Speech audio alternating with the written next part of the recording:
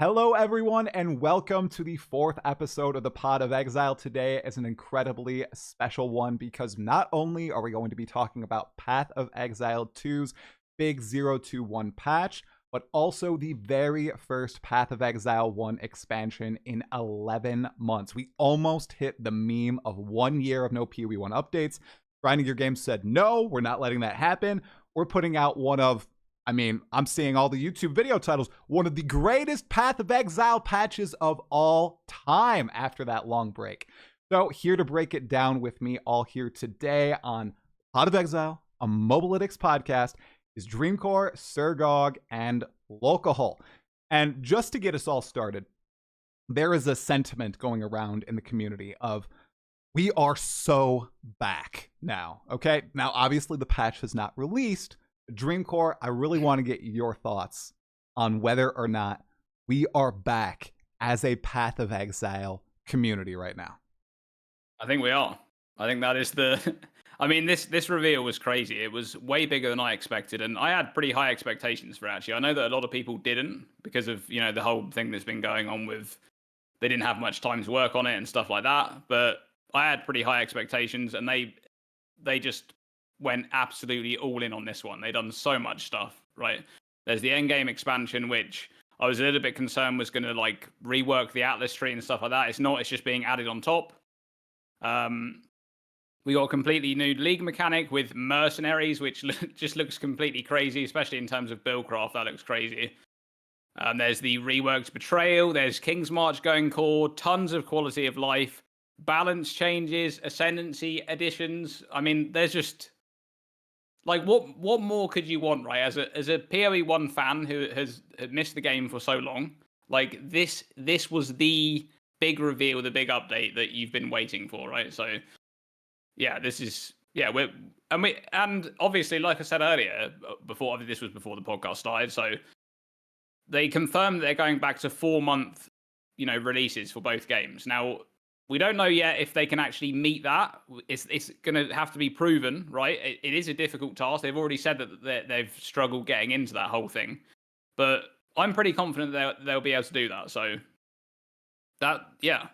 huge reveal. Excited to play PoE 1. And I think we are indeed back.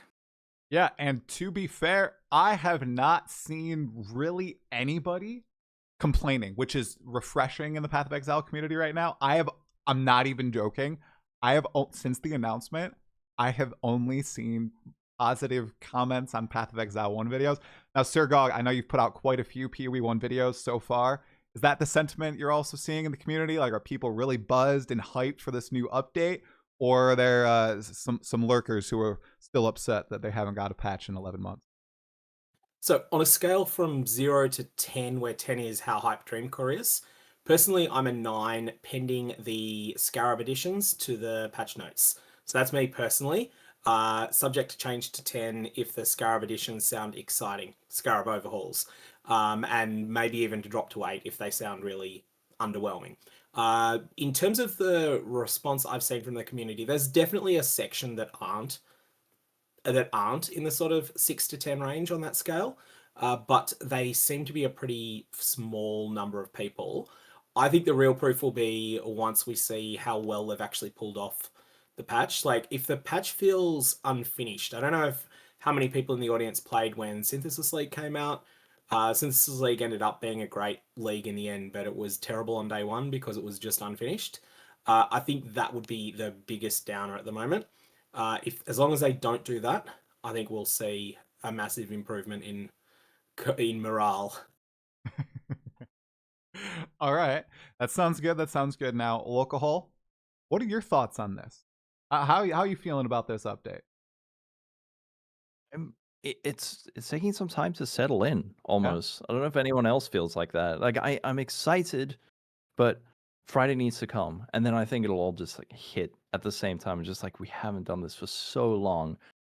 That league start hype, and one of the biggest things, like Dream was saying about the 4-month cycles, that is not only as a player, as a content creator, if they can stick to that is so huge. Just being able to rely on that regularity, because we completely lost that, and like as a creator, it was pretty stressful, right?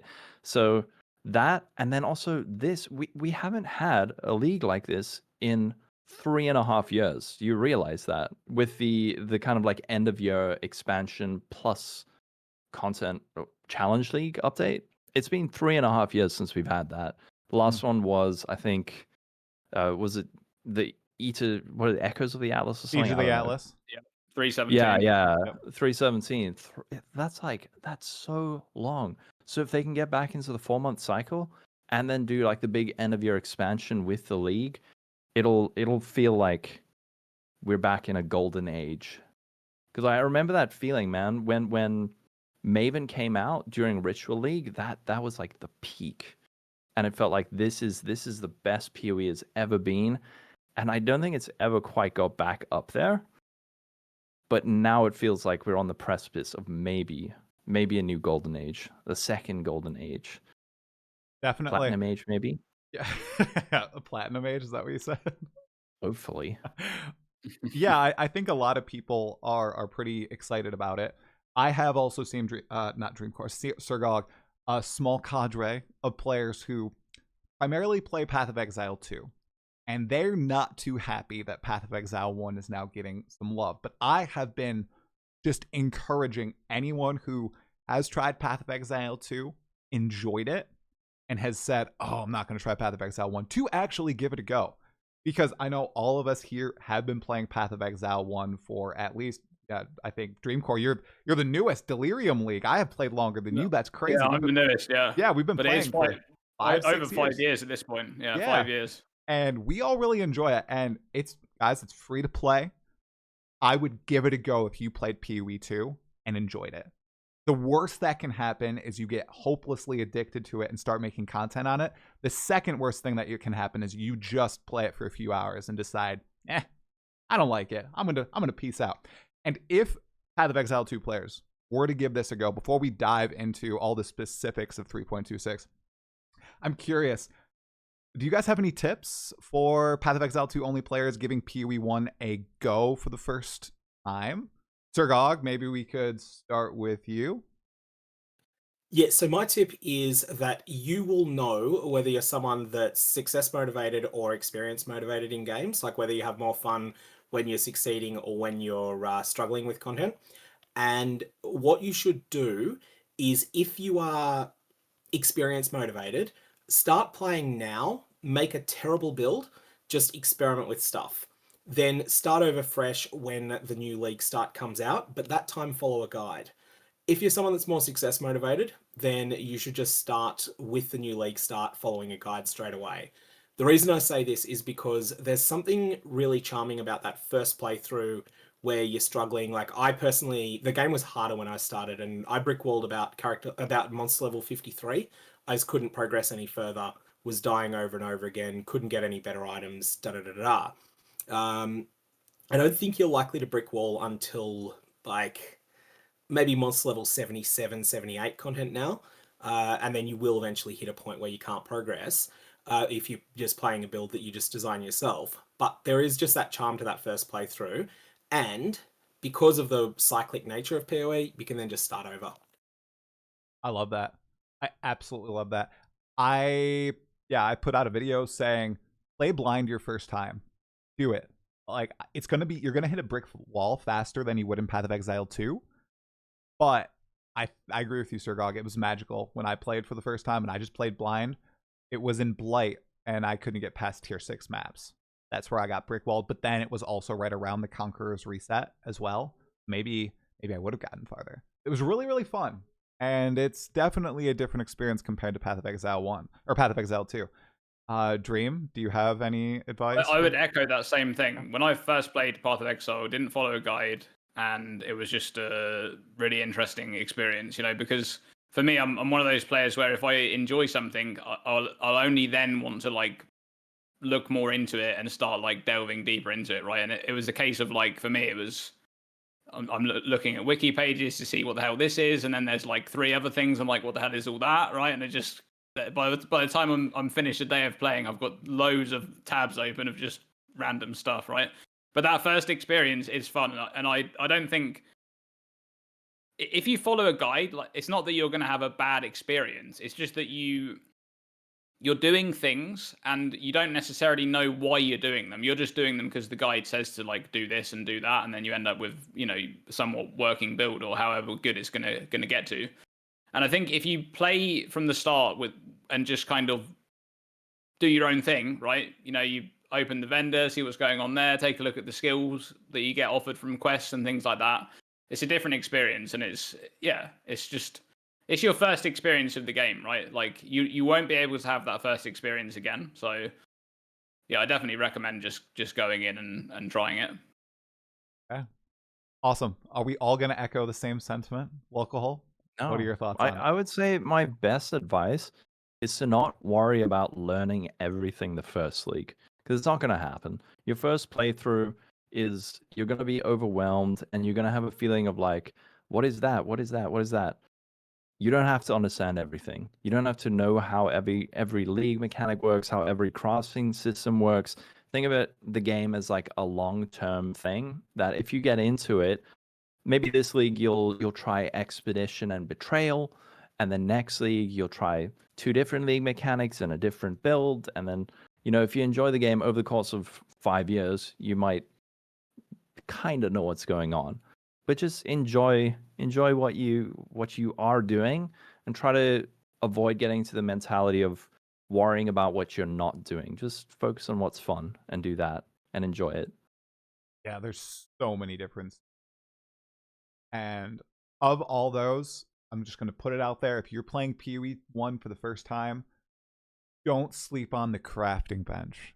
Okay, guys? All right. I slept on it my first 2 leagues. It is the most powerful tool. It's available immediately. If you don't know what I'm talking about, don't worry. There's a quest that introduces it to you. Use it all the time and abuse it, because you're not going to get it ever in Path of Exile 2, okay?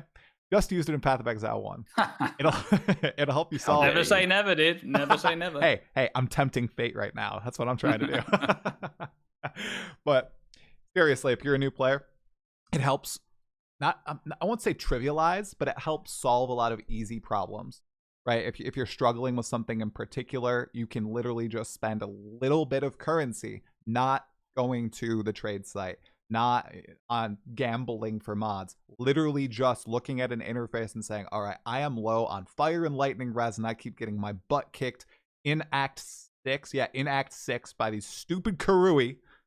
Okay, I need to up my... No, it's not fire and lightning. It's fire and cold. Yeah, that's where I always get filtered. Fire and cold res, right? And just spend a few minutes, fix it, and then you'll feel like a god again and start cruising through. So don't sleep on the crafting bench, guys. Very powerful. Okay. With that, guys, I have only watched the reveal once. I haven't had time to watch it again. The 3.26 content reveal was insane. Okay. Let's start with the end game. Threads, strands, like what is all this weaving stuff? There's so many different like things that's happening here. You've got the Atlas memories returning in a brand new form, and I believe those are called threads of memory. Okay, so that's like the new endgame mechanic where you're going from map to map and making them more rewarding, more juiced up. Anybody have thoughts on this additive endgame system to start us off? Like, yay or nay? It's obviously alongside Eater, Exarch, and everything else. It's another thing to track. What do you guys think about it? I think there's one thing that they're doing that's really smart here, and they're giving you agency over which tile sets you run, but they're delaying that. So something that a lot of people have misinterpreted, the way that the reveal trailer went, they're sort of talking about how the maps that are that are Zana influenced are sort of tier 16 and a half, you can think of them as. Yeah. And that your tier 16 and a half maps earlier in progression, you're not going to have agency over which tile sets they are. But later on, you're going to start to build up a bit more. That's going to be behind beating the 3 new Pinnacle bosses. So that's something I think is both misunderstood, but that is going to be kind of cool. Like early on, you'll be doing a bunch of the bad tile sets you're not really interested in repeating. So garden map or cells map or whatever it ends up being. But then that sort of can be thought of as like, oh, let's try a bunch of different tile sets at endgame with potentially tier 17 mods on some of the maps. number of nasty things going on, but then you can settle into the ones that you like after a while. And just to clarify, they said you cannot use this mechanic on tier 17s, right? These maps have to be on the Atlas. Yeah, it's just Atlas maps. Just Atlas maps. Okay.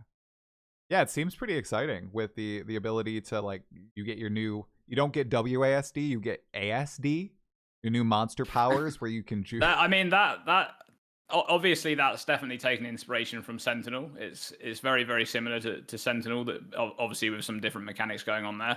I do actually really like the way they kind of reused old ideas in this Atlas expansion. We already knew that they didn't have a lot of time, right, to develop this one. So they've used a lot of ideas that have worked in the past and repurposed them and, put them in different places where they make sense. For example, removing the memory system and adding it as like a core part of actual Atlas endgame progression there, instead of something that's just like a side thing that you can do if you find it. And then you've also got the Sentinel style skills that can, power yourself up. One of them powers you up, but the other one is mostly for like getting a lot of loot from like some juiced packs, right?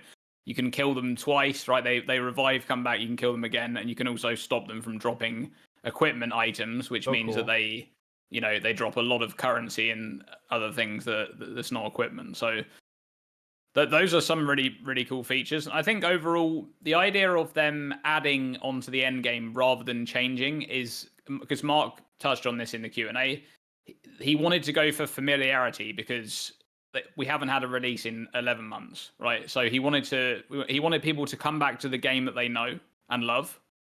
And I think that was actually just a really smart idea overall anyway. I think he did touch on a little bit that he already has plans for the next Atlas expansion, and he actually talked a little bit about how that might be more kind of overhaul style, as we've expected in the past, right, with Atlas expansions. But this one was definitely a good idea, I think, for them to add it on top, because it just means that you can come back, it's the Path of Exile, and then it's got all of that extra stuff on top that you get to dive into once you're at that level.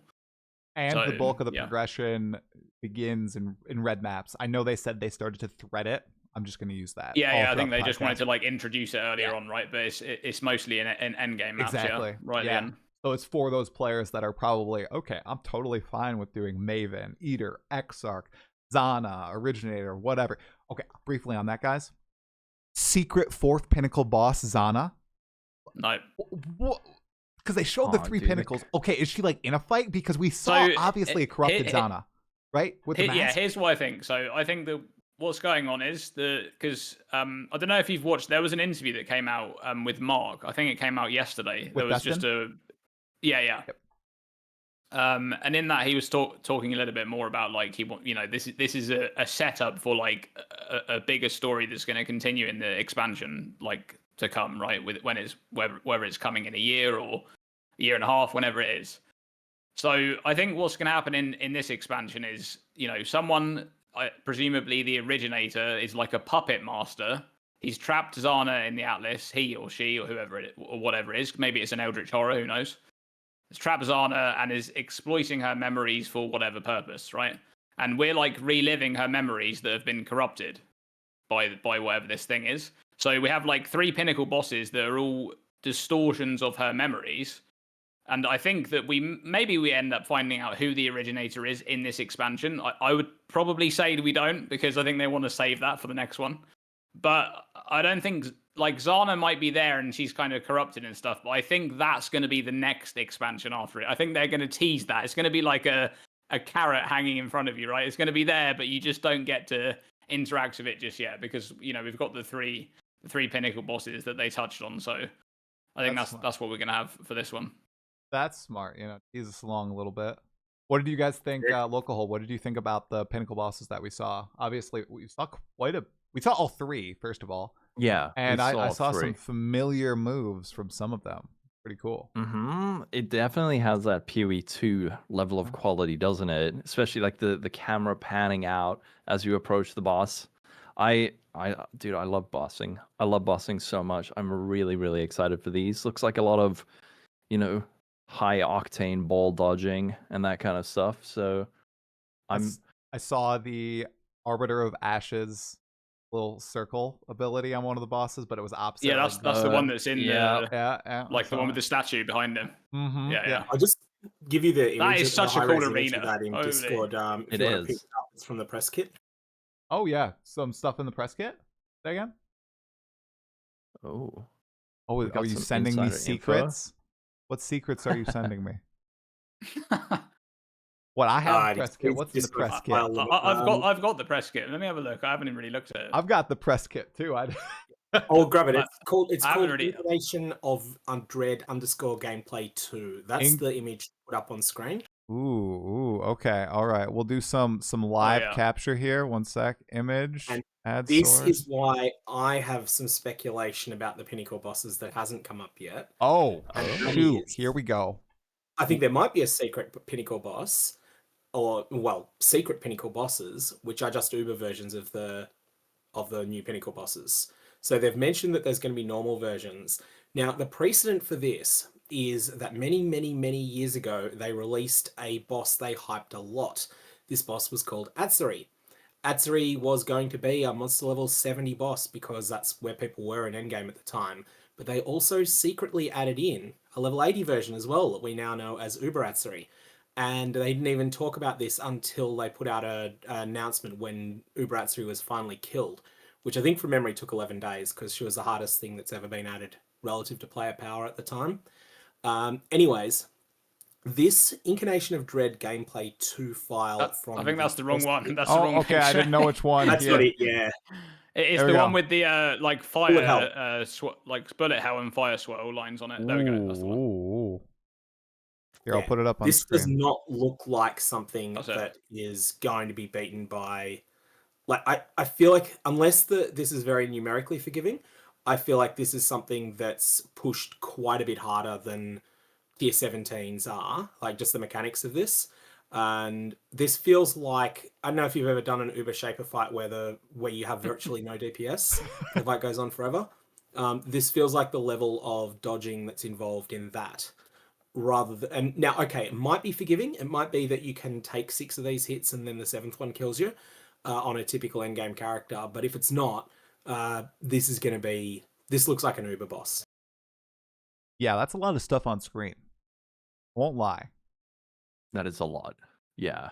Watching is it level 20 Uber Elder from Havoc stresses me out, right?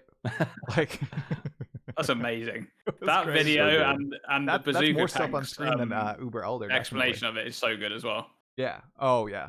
Oh my god. No, you might be right. I would be shocked if there's not some sort of Uber versions of all these, since we have Ubers for every other pinnacle boss in the game. I wouldn't put it behind Mark, to spend a few extra hours maybe on the weekend just going home and making some crazy versions of these fights. We also know they're being, of course, as you said, Dreamcore, really savvy with asset reuse, especially in this expansion. The Atlas threads have new bosses as well, such as Cirrus with brand new abilities and other stuff. Any predictions? Do you think maybe you'll get your Uber Dominus wish, Dreamcore? Dominus is definitely possible, yeah. Yeah.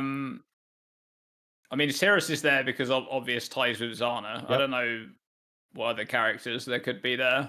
We could see Uber Baron might be there. Oh, yeah. Yeah. Oh, 'Cause, yeah. a lot of ties in with Kirak. Yeah. I mean, I'm pretty hyped for that Cirrus fight because even Okay. though the little teaser didn't really show too much going on there, I think that they can reuse his abilities but make them slightly different. Like we saw the projectiles that he throws out, but it didn't have the corridor part, right? So Right. You might get his voice lines, that are on the on Oriath audio.net or whatever, some of those cool voice lines hidden, so more people can be exposed to that story. So that'll be super exciting. Yeah, I'm excited for the amount of content they appear to have packed into this expansion. It's going to be really good. Yeah. Good. So that one pinnacle boss though, the one in that arena, the way you walk into the arena and it's full of people and then the boss just comes down the stairs, that is just absolute cinema. Yeah. Holy, it's so good. They went in. And I think in that Destin interview, he mentioned that all these bosses are new assets. That's not like they're taking an Act 5 boss or something from Path of Exile 2 and putting it in here. I think for the pinnacle bosses for PoE 1, they don't want to reuse anything. So they're unique creatures, even if they might have some overlapping abilities, which is also really... Yeah. I don't know if any GG people are watching, but please, if there is a secret hidden boss, and if it is Zana, please hide it from Name in Lights, because there will be riots if there is a Name in Lights. Ben is the first person to kill Zana, the revived or whatever. It'll be like, oh no. I mean, that's going to be, because I assume the boss race, like, that's going to be for whatever boss the final boss is. So, I mean, unless they actually, because they're going to actually we haven't actually got the rules yet for the boss race, right? That's true. So it might be that the boss race comes out and there's like rules that just says you need to kill boss, and then it might be a fragment name or something, right? Because they don't want to reveal what the name of the boss is. I mean, you guys might be right. There might be a hidden boss, but I think they're going to save that for the next expansion. I think that'd be... It could just be 3 of 3. I feel like that's what they did. That's what I think it's going to be. Boss race. Yeah. And it could also be like they have in the past used things like the Syndicate Mastermind was never named until players got to the point of finding her out. Yeah. Right, because she was an old master in Forsaken Masters, right, Katarina? Everyone worked it out, yeah. Yeah. Like it was obvious just by elimination. It was very obvious. Yeah. Oh, it was obvious by that point? Okay. Before you got to, you're like, they're all here except for Katarina. I wonder who the boss is gonna be. Yeah. Spoilers. Yeah, Yep. right, dude, come on. Sorry. Whoops. And we'll get to Yeah. Katarina soon enough, because that whole rework actually excited me way more than I thought it would. A little bit more on the Atlas systems coming into the game. One of them, totally not inspired by any other game, Memory Strands. This new crafting mechanic that adds a number to an item, and as you craft on the item, the number goes down. And it's like, Local, you're the crafting god. What are your thoughts on this somewhat deterministic way to get, tier 1 modifiers on your item? I would describe myself as a washed up, relatable tier don't say of that, crafter. bro. Only because it's been So 11 rusty. months, all right? You're going to step back It's into been the a arena. while. But I mean, those look super cool. It kind of reminds me of what is it, crafting potential in Last Epoch, where items have a certain amount of the memory strand, and then using currency on it consumes a certain amount of it. But I guess the question is, are you going to be able to metacraft with that? Because sometimes there's situations where you can, I don't know, like lock prefixes reforge X or cannot roll attack mod slam. And if you've got a lot of potential, does that mean that you can almost guarantee tier 1 mods of like specific influence mods and stuff like that? So I think what I really like about that system is that it's not too insular almost. It feels like a system that can be combined with all pre-existing systems. Like, how does that function with fossils or something like that, or essences? They did say does it this. all work? They did say, I so- don't think it works with any of those, like harvest. I don't think it works Oh. now, but it will work in the future. I think they said that was in the their- future. So it's Yeah. just like baseline currency that if you Right. slam it, it consumes. Okay, but I mean, that still works, right? If it has legendary potential, not legendary. Sorry, what is it? The memory Thread. strands. Stop. Memory shreds. Yeah. And then you, I don't know, lock slam with a Hunter Exalt. Does it work with Hunter Exalts or Influence Exalts? There's so much It's going to be a cool lot of stuff there. experimentation. Now Shaper Exalts. Shaper Exalts, yeah, those are cool. Those are going to be very strong. I think there's going to be a lot of crafting systems are probably going to be quite different. I hope it. The main thing that matters is the availability of those items, especially the new currencies that add on the memory strands. Because if those are very rare, I wonder if it's going to be like a base farming league. Like people are just going to sell high memory strand bases or something like that. Welcome to PoE 2, baby. Let's go. Oh no! Wait, I like that game. Do keep in mind though even though that's normal items only. It's no, yeah, that's for normal items. The one, but my point is that are you going to be fishing for, let's say, how do I say? There's the one A that 110 drop. adds memory strand to a normal item. If those are extremely rare, and you need like a I don't know, 90 strand bone helmet before you can craft, is that gonna be something that's like freely available, or are those orbs gonna be common enough that you can just buy those in bulk and use them? So I expect those orbs to be really rare because I think they want them to be rare? Yeah, because I think what they want is they want it to be a case where you need to like find a good base, especially for like armor bases. You need a good quality base, right, for like a body armor, and then you also need that to go with it. So it's like a very end game focused thing where this is your chance to actually get like the perfect item, right? That's kind of what they're going for with that, I think, because we already have so many crafting systems in the game that can get you to like an extremely good item. And in some cases, you can already use many of the crafting systems to create a perfect item on particular, base types and stuff like that. But I think that's going to be like that really end game thing. One thing I wanted to mention about the memory strands thing is, even though I think they said like harvest and stuff doesn't work, right, but one thing that you could do is craft your item with those other things, right? Because if it doesn't consume the memory strands, you should still be able to use those crafting mechanics. It just doesn't consume the memory. It doesn't work. But then you can use the other currency on it, which consumes all of the memory strands to randomly upgrade the tiers, right? So you can still use all of those other mechanics to craft your item. And if you end up with an item that's like almost there, let's say it's tier 2 and tier 3 modifiers, you then use your item, that currency on there, to consume all of the memory and hopefully upgrade all to tier 1, right? Or get as close as possible. That's a great point. I wonder how that interacts with metacrafts. I'm guessing it wouldn't. Like, imagine you go prefix cannot be changed and then use that thing that consumes the charges and then upgrades it. And you mean also so you only works on the prefixes? Yeah, maybe. only upgrade the suffixes. But and then also like interesting idea. You could half craft an item, consume all the things, push those mods all up to tier 1, so that the threads are not distributed and consumed by multiple modifiers, and then continue the craft from there. There's so many cool things about it. Can I be the contrarian though here? Go for it. Recombination's still around. I know. Recombination this is designed to be an inferior replacement for recombination. It's something that provides a way to aim for 6 tier 1 mods on an item, but in reality get 1, 1, 1, 2, 2, 3.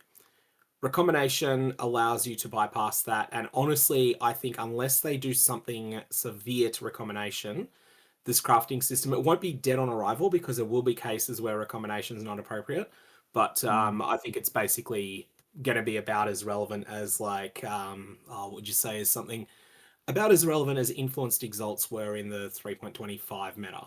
They had a place, they were very good at a couple of crafts, but they were not in any way something that most players would bother interacting with. And if you wanted an influenced exalt, you'd easily pick it up, even though they're pretty rare. Yeah, I was so excited when they started out the recombinator bit. What Mark described in the interview with Ziggy, where he was like, haha, we're going to show them that we're nerfing recombinators and then we're going to bring them all back.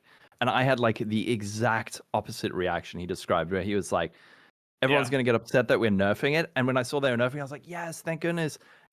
And then he was like, but you can still do the other method. I was like, no.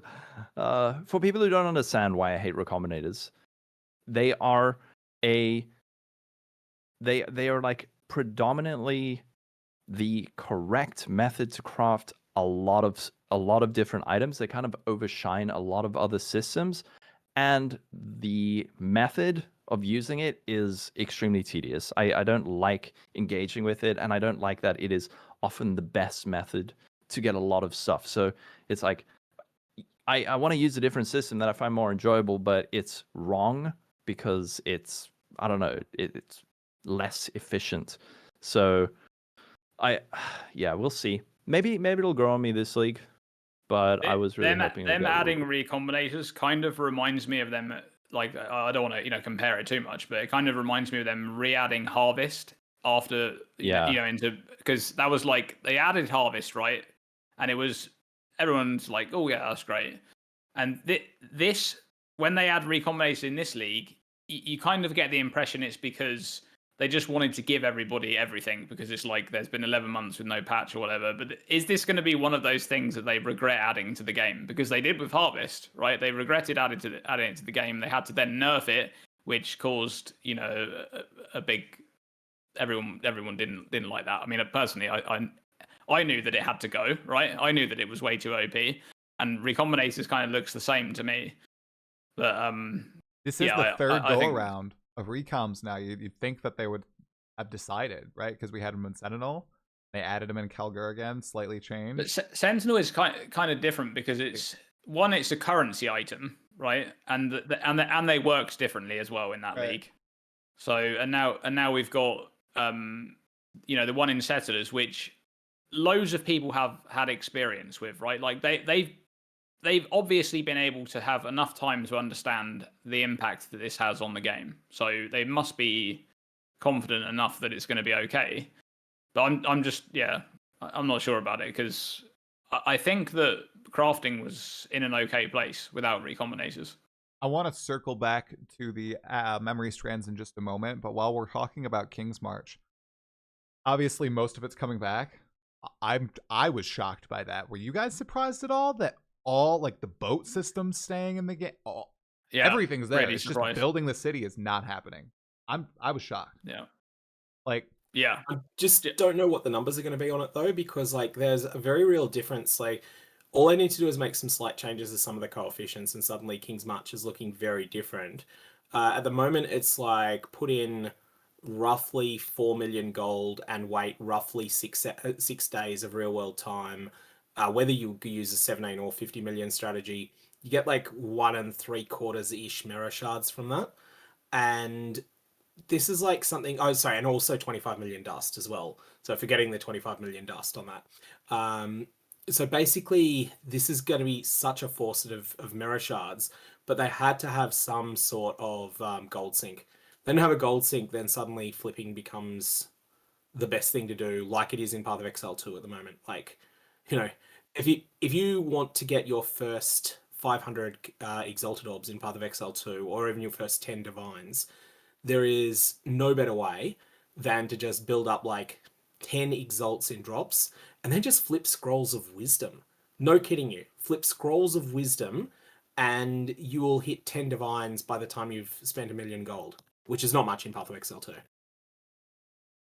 That's wild. I'm really curious to see if they've hit the balance there, because it's obviously an upkeep mechanic, and it's almost a FOMO mechanic, right?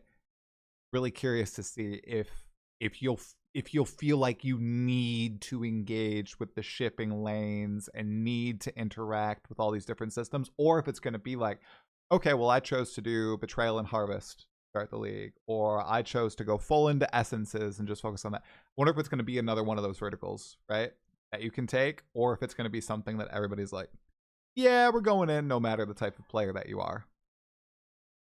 We don't know if they've made any changes to those things. Like, I wonder how long each ship takes, for example. Right. Like that's a really big thing, right? If a ship is like an entire day, right, and you really don't have to do much of anything, there's not really any like upkeep. It's not like I'm always going back to King's March every 30 minutes to send new ships, right? Then that's different. But the ships take 3 times as long apparently from comments.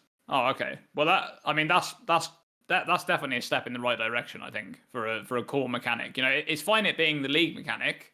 Yeah. That's one thing, right? But it being a core mechanic in the game that you're always going to interact with every time you start a fresh start in a new league. And also, as Sir Gog said there, you know, how powerful is the mechanic going to be in terms of rewards is the other thing. You know, how much currency is it going to give you? Because Settlers was crazy, right? It gave you so much currency shipping. It was actually insane. Yeah. So, now they have rune graphs too. So tattoos and rune graphs are the unique rewards, which is, I think that's pretty cool. Love rune graphs. That's really cool. Yeah. There's one I don't like, and that's the gain of Al Soul every second, because I feel like the times that, like, okay, there are times that you don't need that power, but the times you need that power, the correct thing to do is to just go into the boss arena, like not the arena, but go into the boss's instance and then go get yourself a drink while you're in grace period. And just wait, yeah.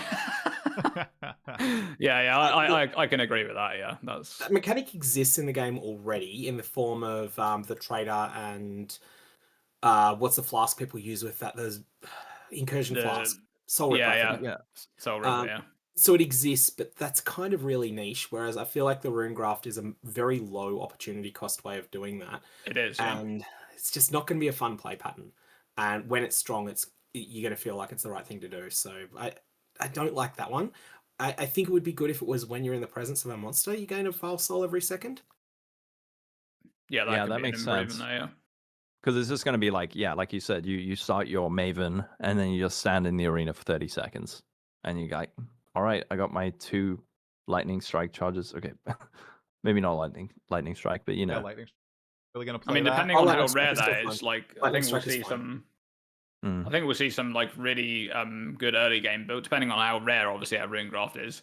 But for example, like Pack used to do quick runs to 2 stone or even 4 stone, and he would just be playing a Flame Blast Elementalist that basically continuously keeps the ignite up, and then he can just chain Val Flame Blast back to back, but that will just make it easier to get that first Val Flame Blast out. And as Gog said, you could just wait until you actually have it first, and then you start the fight, which means that you get a much better start into that fight, because that was the huge downside of that build, was that you had to build up the first Val Flame Blast with your really weak ignite skill, right? It was like Armageddon Brand on a 4-link or something that was just dealing no damage.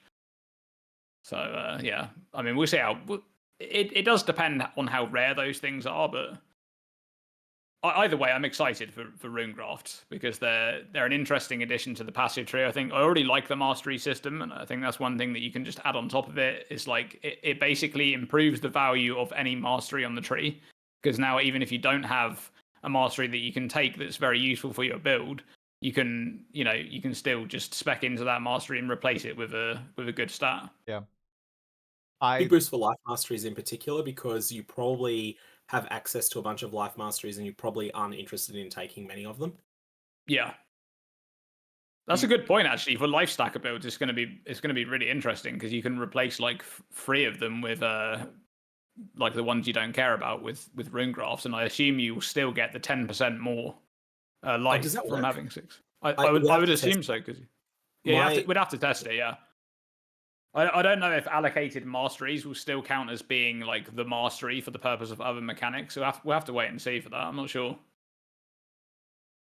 There was a really cool one tease that gave you 10% increase. It was fizz damage per unused socket on your weapon. Thought that was pretty cool. Oh, I didn't see that one. Yeah. I really like that one. Yeah. I'm excited for that. So encouraging just the 1/6 link in your body armor. I think there'll be some really interesting stuff going on with those. Yeah. I bet that's going to be giga rare, though. Yeah. I don't think that's strong, though. Like, I'm just thinking, okay, so that's 60% increased fizz damage, which is maybe worth 4.5 passive points. You're spending a passive point for it, and you're giving up a lot of options. Yeah. Is it like, so I don't actually know how the modifier would work. Would it be just... Be global unless it says otherwise. Global? Oh, okay. I was thinking that would be your weapon, so it would be like a flat massive damage. Maybe I'm totally off base on that, because I don't know how mechanics work, because I'm dumb, but that's how I was thinking. I was like, oh my gosh, 60% increased fizz damage on your weapon local. Oh, that's crazy. But you're probably right. It's probably just a global mod, not actually that. You think it'll work?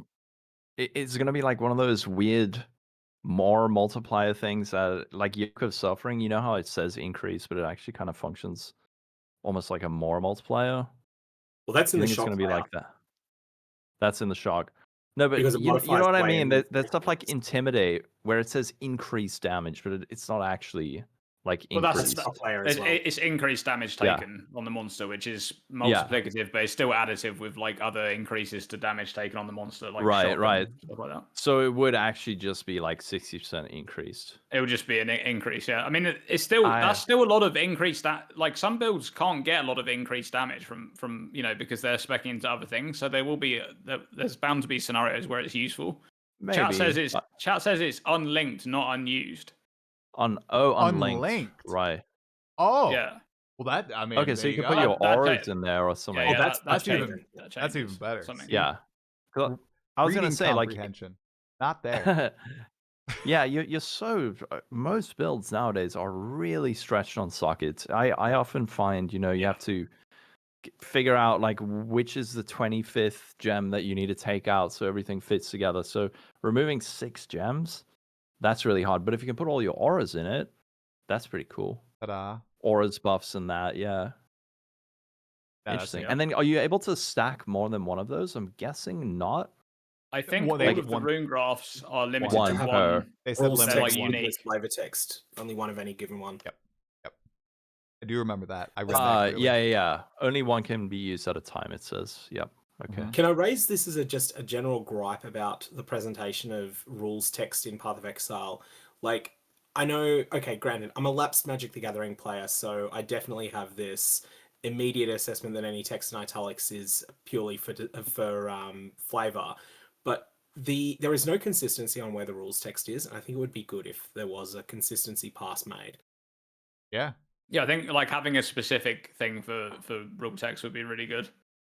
Definitely. Because oftentimes, like you get that little bit of text at the bottom, but it's not always just that. It's like sometimes there's just some bonus information in there that's like not really the same thing, right? So yeah, that would and be, it's that'd be grayed good. out. Yeah, Yeah, That's a good it's idea. like got the most basic functionality. Like right click this and then click on an item. You're like, duh, and then you stop reading. And then it's like, oh, by the way, you can only use one of these. So yeah, that'd be yeah. nice. That's actually on some currency items. It's like that. There's some really important information in like the gray text at the bottom of the currency item that nobody reads, right? So I bricked my first Awakener's orb. I did it the wrong order. Oh my god. Yeah. Oh, yeah. Like man, Orb of Conflict is another one where it's like got in the little, I think in the little gray text at the bottom, it's like The bias. yes, yeah. The chance for raising or lowering a modifier depends on its relative strength, and that's like yeah. at the bottom in gray text, and that's really Yeah. important. All of that stuff should be like somewhere else in red text. It should be something that you're drawn to. This is one thing, back on what we were saying before, tips for Path of Exile 2 players that are starting PoE 1. PoE 2 is slightly more well explained to new players. Like you have the things that are keywords that are clickable in game and things like that.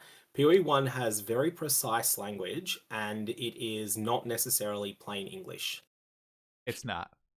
Define relative, define nearby, right? There's all these there's funny things. The most important thing is just slow down and read. And like it's so hard in Path of Exile, but if you want to get good, just read. And totally off topic. You said you're a lapsed Magic the Gathering player, Sirgog. I just started playing 2 weeks ago. Ooh, dangerous. No. I know. I'm ordering my first deck today, my commander deck. Oh no. Ooh, careful. Okay. My wife's gonna play YouTube's too, YouTube's going well, right? You gotta have a lot of disposable income, man. No. I'm buying a pre-made deck. We're not doing any custom stuff here. Although they are very expensive. Okay, some of the nicer commander decks, like it's $100 for a deck. What the heck? That's crazy. You heard it here first, guys. Try's channel is a MTG channel now. Yep. I'm really bad at it, but it was fun. It was really fun. I got destroyed by a goose hydra. Pretty crazy. Oh. Some wild monsters in that game. Anyway, all right. So we touched on all the King's March stuff. Was there anything else with King's March to? Mappers are still here. Oh, that is crazy. Can you guys? Okay, so I don't want to be a negative crazy. Nancy. That's crazy, right? Yeah. I can't believe it. It is crazy because mappers were.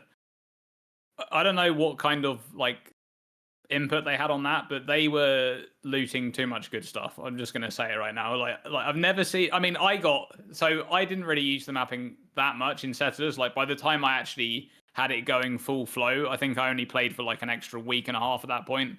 I was already like, I just was burnt out, right? I played so much of that league, but in that time, my mappers looted me like ridiculous amounts of divines, exalts. They looted me a headhunter. This is in SSF, by the way. SSF HC looted me a headhunter. Like what is going on, man? And the amount of mirrors I saw posted on Reddit, right, from people, and I know that obviously Reddit isn't a very good source for this type of information because only the best things are going to be posted there, right? So it's like, all of the windows of stuff that people looted a bunch of crap, then they didn't post that, right? But I do think that mappers overall are a bit of a weird addition to the core game, I want to say. My overall take on King's March is not a big fan of Recombinator. Not sure about mapping the Atlas mappers. And the ship stuff it could be alright depending on how long it takes and what loot it gives. Now, Yeah, it's just tweaks and stuff. They could get it right, so it's a really cool system. But if you're micromanaging it, it's going to be horrible. Especially if it's really, really good and you feel like you have to. Oh, yeah. I don't think it is really good. I was just checking the stats I had from doing a bit of an experiment with King's March mapping. I've definitely got one single Excel file that had 1,080 maps in it. 29 raw divines coming out of 1,080 maps. And you got to keep in mind that this is like 3 million gold. So 3 million gold would have bought you half of a 50 million shipment. On top of that, it's also... it had 0 Henalox, 0 Sacred Orbs, 0 Mirrors of Kalandra. There was a single Henalock that dropped across the entire experiment. I don't have a summary of the total numbers of maps that we did. I feel like it was in the range 8,000. I believe that the Atlas mappers were one of the biggest faucets of Hinakora's locks. But that seemed to be their specialty, where Mirror Shards were the specialty of the boats. But I'm not certain of that. I didn't have enough evidence to conclusively say that. Mirrors seemed like almost non-existent. Henalocks seemed to drop a bit more relative to mirrors than they normally did. And Divines, interestingly, dropped twice as often as Exalts from them. Everything else we tested, I was trying to optimize around getting more divination cards out of them. Nah, terrible for divination cards. Absolute rubbish. And like everything that we tried running maps that had rarity chisels on them. We tried running maps that had normal chisels. We tried running 8 mod low tier maps. We tried 8 mod tier 16s, all sorts of things. And basically, the conclusion was it was never terrible, but it was never great. And honestly, you use this as your sink for gold if you are making so much gold that you are already that your farmers are at full produce. So you've got tier 10 farmers, they're constantly always working, and you've got gold left over after that. Then and only then do you use the mappers. The one time though the mappers might be different is very early on.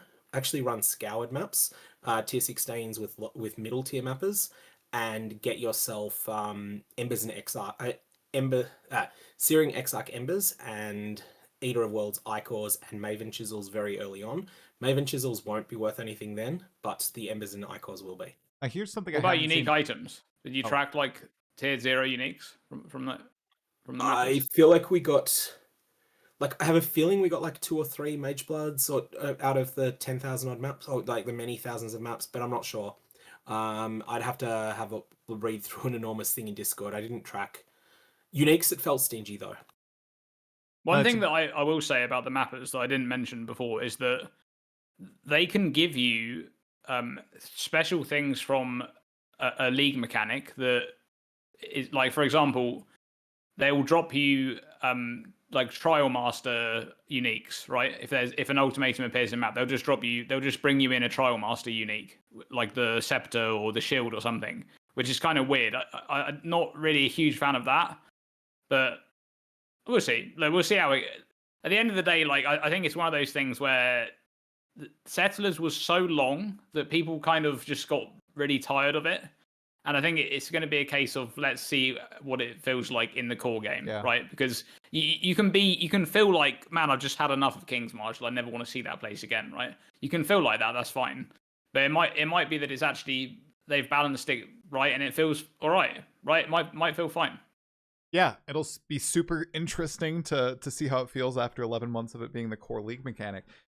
And now we have a new core league mechanic, you guys. Oh my goodness, we have the Mercenaries of Tarthus. Tarthus, yeah. It seems like a really simple word, but I feel like I'm saying it wrong every time I say it. That looks like a very ambitious and interesting system. Now, Dreamcore, I know that you popped out a video talking about the potential of mercenaries and the armors on them already. But let's start off with you. How are you feeling about the mercs, their introduction, and how they're going to change characters? Here we won. So I think they are going to be really, really important this league for just crazy build craft. Basically, you know, there's going to be things that you can do in this league that you won't be able to do in any other league, because mercenaries, they are very similar to animate guardians, but they have quite a few key differences. One is that they can use jewelry items, you know, and take advantage of special jewelry modifiers they've got, and including just basic stuff like being able to get resistances from those items, right?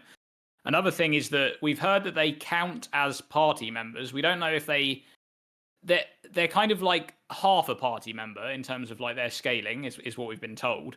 But we don't know if they count as party members for the purpose of items that interact with party members and mechanics that interact with party members. For example, Ambu's charge, you know, it gives you endurance charge, it shares it with your party members. Is that going to work if that item is on, you know, on a mercenary? We don't know, because they're not actually in the party UI. But if you actually listen to the discussion there in the Q&A, they said that initially they were going to have them in the party UI, and they were actually going to make it so they were one of your party members, right? So it might be that on the back end they are actually in your party, and it's just not displayed on the front end, which would mean that those things work, right? So for example, like the conduit keystone and things like that would work to like share charges. I think that it's going to be really interesting to see how tanky they are going to be, right? Are they just going to die, right? Like, is it going to be the case where I just die constantly to those guys? Like, are they just going to walk into a map, I'm walking along doing my own thing, and that guy's dead, right? Every map. Is there going to be I hope that's not like that, because it's one thing for Animate Guardian to die, right? If an Animate Guardian dies, not many people are experiencing that, because not many people were using Animate Guardians. I think more people are going to use them now, but not many people were using them before, right? But this is a league mechanic. Everybody is going to interact with this. So if the balance is wrong and they just die all the time, then that is going to feel terrible. So, yeah, I think that's one thing. You might have to invest quite a bit to actually get them to survive. But they're still going to be absolutely crazy for buildcraft. There is so many ridiculous unique items you can use on them to make your build stronger, to do some crazy shenanigans. I think they're going to be crazy. I see you nodding a lot, Sir Gog. You got anything top of mind that you're already gonna deck your merc out in once we get our hands on this? Yeah, unfortunately they can only wear one amulet, because one half of me wants to throw a very common unique item by the name of Pericle's Toe on them. That causes your nearby allies to have lucky lightning damage, which is, if you're using a skill that deals like 1 to X lightning damage, that's 33% more lightning damage.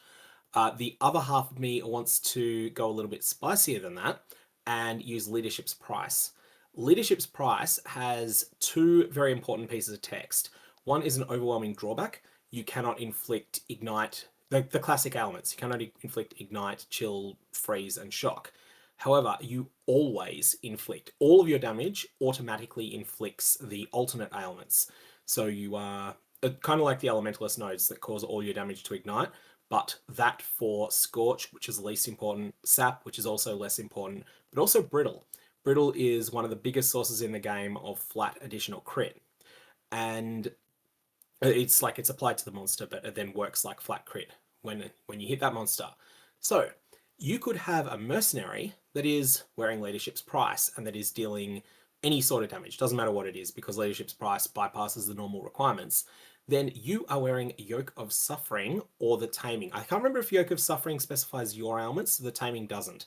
So the Taming will then get a huge amount of extra damage, because the enemy might actually have 3 ailments from your merc and 3 from you on it. And so suddenly the Taming is not providing the usual, you know, for a well-rolled catalyzed one, I think it's 144% for a perfect roll catalyzed. Instead of that, it's going to be 288% increased damage. And also you're going to have a higher chance to crit.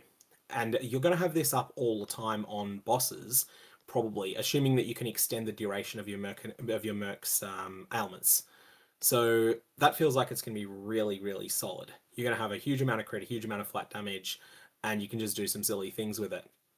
That's just the first things I've thought of, though. I'm sure that there's much, much, much more that I'm not thinking of at the moment. I hadn't even thought of some of the chess pieces that Dreamcore mentioned. And then there's just the obvious stuff like Blood Price Helmet, I think it's called. The one that causes everything in your presence to, its maximum life is nerfed to 92%. All these sorts of things. Some of the obscure Shaper or Elder or Influence mods that I just nerf all enemies in a certain range. You can have this on the Mercenary. It's a much lower opportunity cost than wearing it yourself, and you can get all sorts of crazy stuff. So yeah, I think there's going to be some really wild stuff people come up with here. Do you guys think it's all going to be the mercs buffing us, or do you think someone's going to figure out a way to buff the merc to be this instrument of destruction that you just follow around? You're the Aurabot, right? And your merc is actually... You mean Flame Link? Say again? You mean casting Flame Link targeting your Mercenary? You think will links work on the merc? Yeah? They should do, because right. I think they're considered a player, so they should work, yeah. Maybe. I've never seen a link build work, to be honest. No. Oh, Flame Link is busted, man. It's busted? Like it is really strong, yeah. Yeah. Giga damage. Look, it is the most ridiculous thing. You'll have so much damage. You don't need to be a hit-based build. You can just be a build that's primarily dealing ailment damage, but you just happen to have a little bit of hits, and suddenly your hits are just killing everything because you've got so much flat. I'll be excited to see it. The first idea that you gave with the lucky lightning damage, I'm thinking about trying like ball lightning of orbiting. That sounds like that. Busted with that. Yeah, that amulet is actually all damage is lucky, so it's not just lightning. So that that's going to be, it's all damage. Yeah, it's the negative mod on it is incoming hits towards the target for specifically lightning damage is lucky. So they're probably going to take a bit more lightning damage. But allies affected by that is all damage. So that's going to be really good for bleed builds, right? That use volatility and Rizlatha's coil and the mastery. And it's also going to be extremely good on strength stackers using replica Alberons, because that's 1 to 80 chaos damage per 80 strength. So that's just you're going to get max value out of that pretty much. So do people need the lucky formula? Because like it's pretty basic, but a lot of people don't realize it because you need calculus to work it out. But the average damage that you do without lucky or unlucky in play is just the average of your minimum and your maximum. The average with lucky in play is the average of your minimum, your maximum, and your maximum again. And the inverse applies if it's lucky. For those of you with a calculus background, this is because the integral of 1 on x squared is a third. I haven't heard. Interesting. College. That is crazy. We're all gonna be. Is it gonna be Toe League? Is this Toe? I mean, that amulet is insane value. Like, and also it's not very rare. I think it's a tier 4 drop. So it's just Oh, I look. I haven't had that much time to think about all of this stuff, but yeah, the more you guys are talking about it, the more excited I am. Just about it. It potentially makes dozens of unique items and modifiers suddenly extremely viable. Like Perkle's Toe is an item that you've probably picked up and identified 1,000 times and just chucked back on the ground. That might be like the most meta item this league, which is crazy. And I love that. I love that so much. Where just like one mechanic comes in and it just like not destroys, but upends the economy. Where a week in, someone is going to figure something out, and then there's going to be a mad rush for everyone to buy toe amulets or something like that.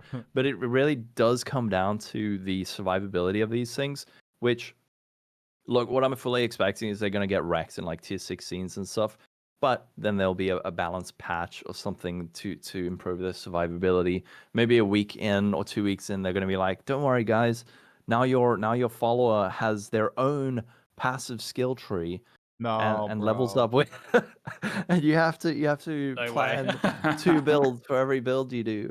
No, it won't. But maybe just like a limited one, or they will. I assume they'll balance it because they don't. That'll just make it really frustrating. Yeah. But it's it's going to be fascinating what people come up with. There's no way we don't have Mark or one of the QA people in juiced T16, T17s with Mercs, making sure they live. Right, guys? I Right? hope so. I Totally. hope so. Surely. Yeah, because you don't want to rely on it for a defensive aura. I mean, that's the very obvious thing is they can have auras. They can have multiple auras. But then the big question is if you're relying on that and then that thing dies, or if it like runs too far, then you might be in a bit of trouble. But it could enable some builds, especially the one I'm thinking about are like EB builds. Previously, when builds would use like Divine Blessing to have a free extra aura, maybe there's a way now that you could pop these in and then those builds suddenly become more viable. For example, like my BB Witch kind of got wrecked with the EB change because it was using Determination Grace, and then EB was Divine Blessing Malevolence aura, but after that change, there was like a bit of a struggle because you'd have to use the boots March of the Legion. But now maybe it would work much more easily because you can just have your dude, and then you could link them and all these. I don't know. We're gonna see. There's gonna be crazy stuff, crazy stuff this league. You know what's really good along those lines? The fact that like the game feels smoother and more fun when you're using the haste aura. The haste aura is usually not the right call on most builds. So I think a lot of us are going to have haste. Now, okay, you get this when you're mapping with a high stat list because Huckwit always gets haste on him. But in the absence of that, in other content, you just have your merc have haste if it can. Yeah. Yep. Yeah, you're just gonna get a lot of quality of life stuff from the merc at the very minimum, I think. Yeah, I think that's probably Here's a what question for you though. There's a number of Shaper influence modifiers and Vile implicits from memory that grant the character a level X aura that's wearing the item. Like while you're wearing this, you have level 23 Purity of Ice and so on. I wonder how their reservation works. I wonder if your merc can use that. I don't think so.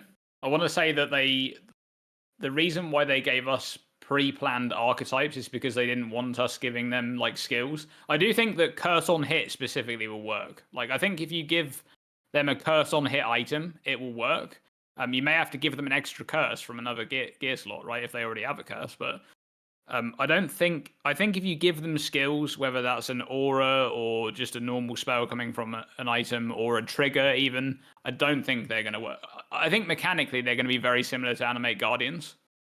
Like the only difference is that they have, predetermined like loadouts with different skills. I even think on the back end, my guess would be that the skills themselves are like not quite the same as the ones we're using, even though they have the same names. Because you can imagine, like, if you gave them an item that scales up their gem levels, like, they probably don't have actual gems, right? Because the gems are not even socketed in the gear that you give them. They're just on the, like, information is there, but it's not actually, like, a gem or whatever. I don't really know how that's working. When Mark went over the fact that they have, like, a passive tree in the background, he kind of, like, it was not really a passive tree. It's like just a collection of stats that they have that's just, resembling a passive tree. And my guess would be the skills and that are all in there. It's all just, yeah. Yeah. I don't know though, but it might not be like that. Like it might be that you can give them an aura, like Sergog was saying, and if they've got enough mana, they just reserve it. Like who knows? We don't know yet. Find out. That would be insane. What I'm most interested in, I'm wondering if this is going to have a very, very big impact on the economy, because traditionally what players will do as they acquire new upgrades, they will then relist their it's like hand-me-downs, right? Are players going to start giving their hand-me-downs to their mercenaries instead of listing them for trade? And then there might be like a bit of a middle-tier gearing vacuum causing a bit of a price spike. I don't know. I'm just wondering, the ramifications of this one mechanic are actually way more extensive than I realize. I don't think Loggerhole's thoughts are going to be the case, because I think most gear in Path of Exile 1 is mass-produced in Trade League rather than being hand-me-downs. So, for instance, it's not a case, if you're just talking about a generic good stuff Ruby ring that you might equip on day one of a league and be really happy with, like it's a genuinely good one, it's not like there's 250 people crafting their own ones of these. It's that there's 15 people running ROG, and ROG is like, Yep. oh, this one's got a ruby ring that's already got fire resistant, already got chaos res. Okay, I'm going to do that. And they're going to craft it. It's going to succeed or it's going to fail. And then they're going to get into the next ROG book or ROG map, and they're going to either succeed or fail again. So you think rogging is probably buffed this league because there's going to be more people looking for more items to upgrade their dude or dudette, whatever. I wonder. Yeah, because what I meant is there going to be more of a demand for those kinds of generic powerful items that ROG tends to produce? Therefore, there's going to be more of a demand, or maybe just way more people are going to be doing ROG this league. I think it's going to be mayhem. On your Merc? I mean, it depends how strong it is, right? If it's constantly dying and you really need to gear it up to keep it alive, or if you are able to give it a whole lot of interesting modifiers that really strongly buff your character. I mean, at this point, I feel like you'd have to go read through all the uniques and like all the mod list. Is there going to be a massive demand? Because what if it's the difference between having a well-geared Merc is like dealing twice as much damage or having like 50% more survivability? Then people are going to invest in it, right? You kind of have to. Yeah, I think people are going to invest in the Mercs for sure, and it does go back to them surviving is the main thing, because when they die, you can't revive them in the same map, right? Which is actually a pretty big deal. If they die right at the start of a map, then you don't have your Merc for that entire map. They did look pretty tanky when he was they fighting. they have the damage reduction like similar to minions, right? Because they can't like make them jump out of AoEs and stuff. Yeah. So like they have that going on. Like Mark said, they basically, you know, they can't program a magical AI out of nowhere, right? To just like avoid every AoE and projectile that's coming in their direction. So don't worry, Dreamcore. They just give them DR instead. Soon, yeah. Soon it'll be in the game. Yep, they'll be smarter than us.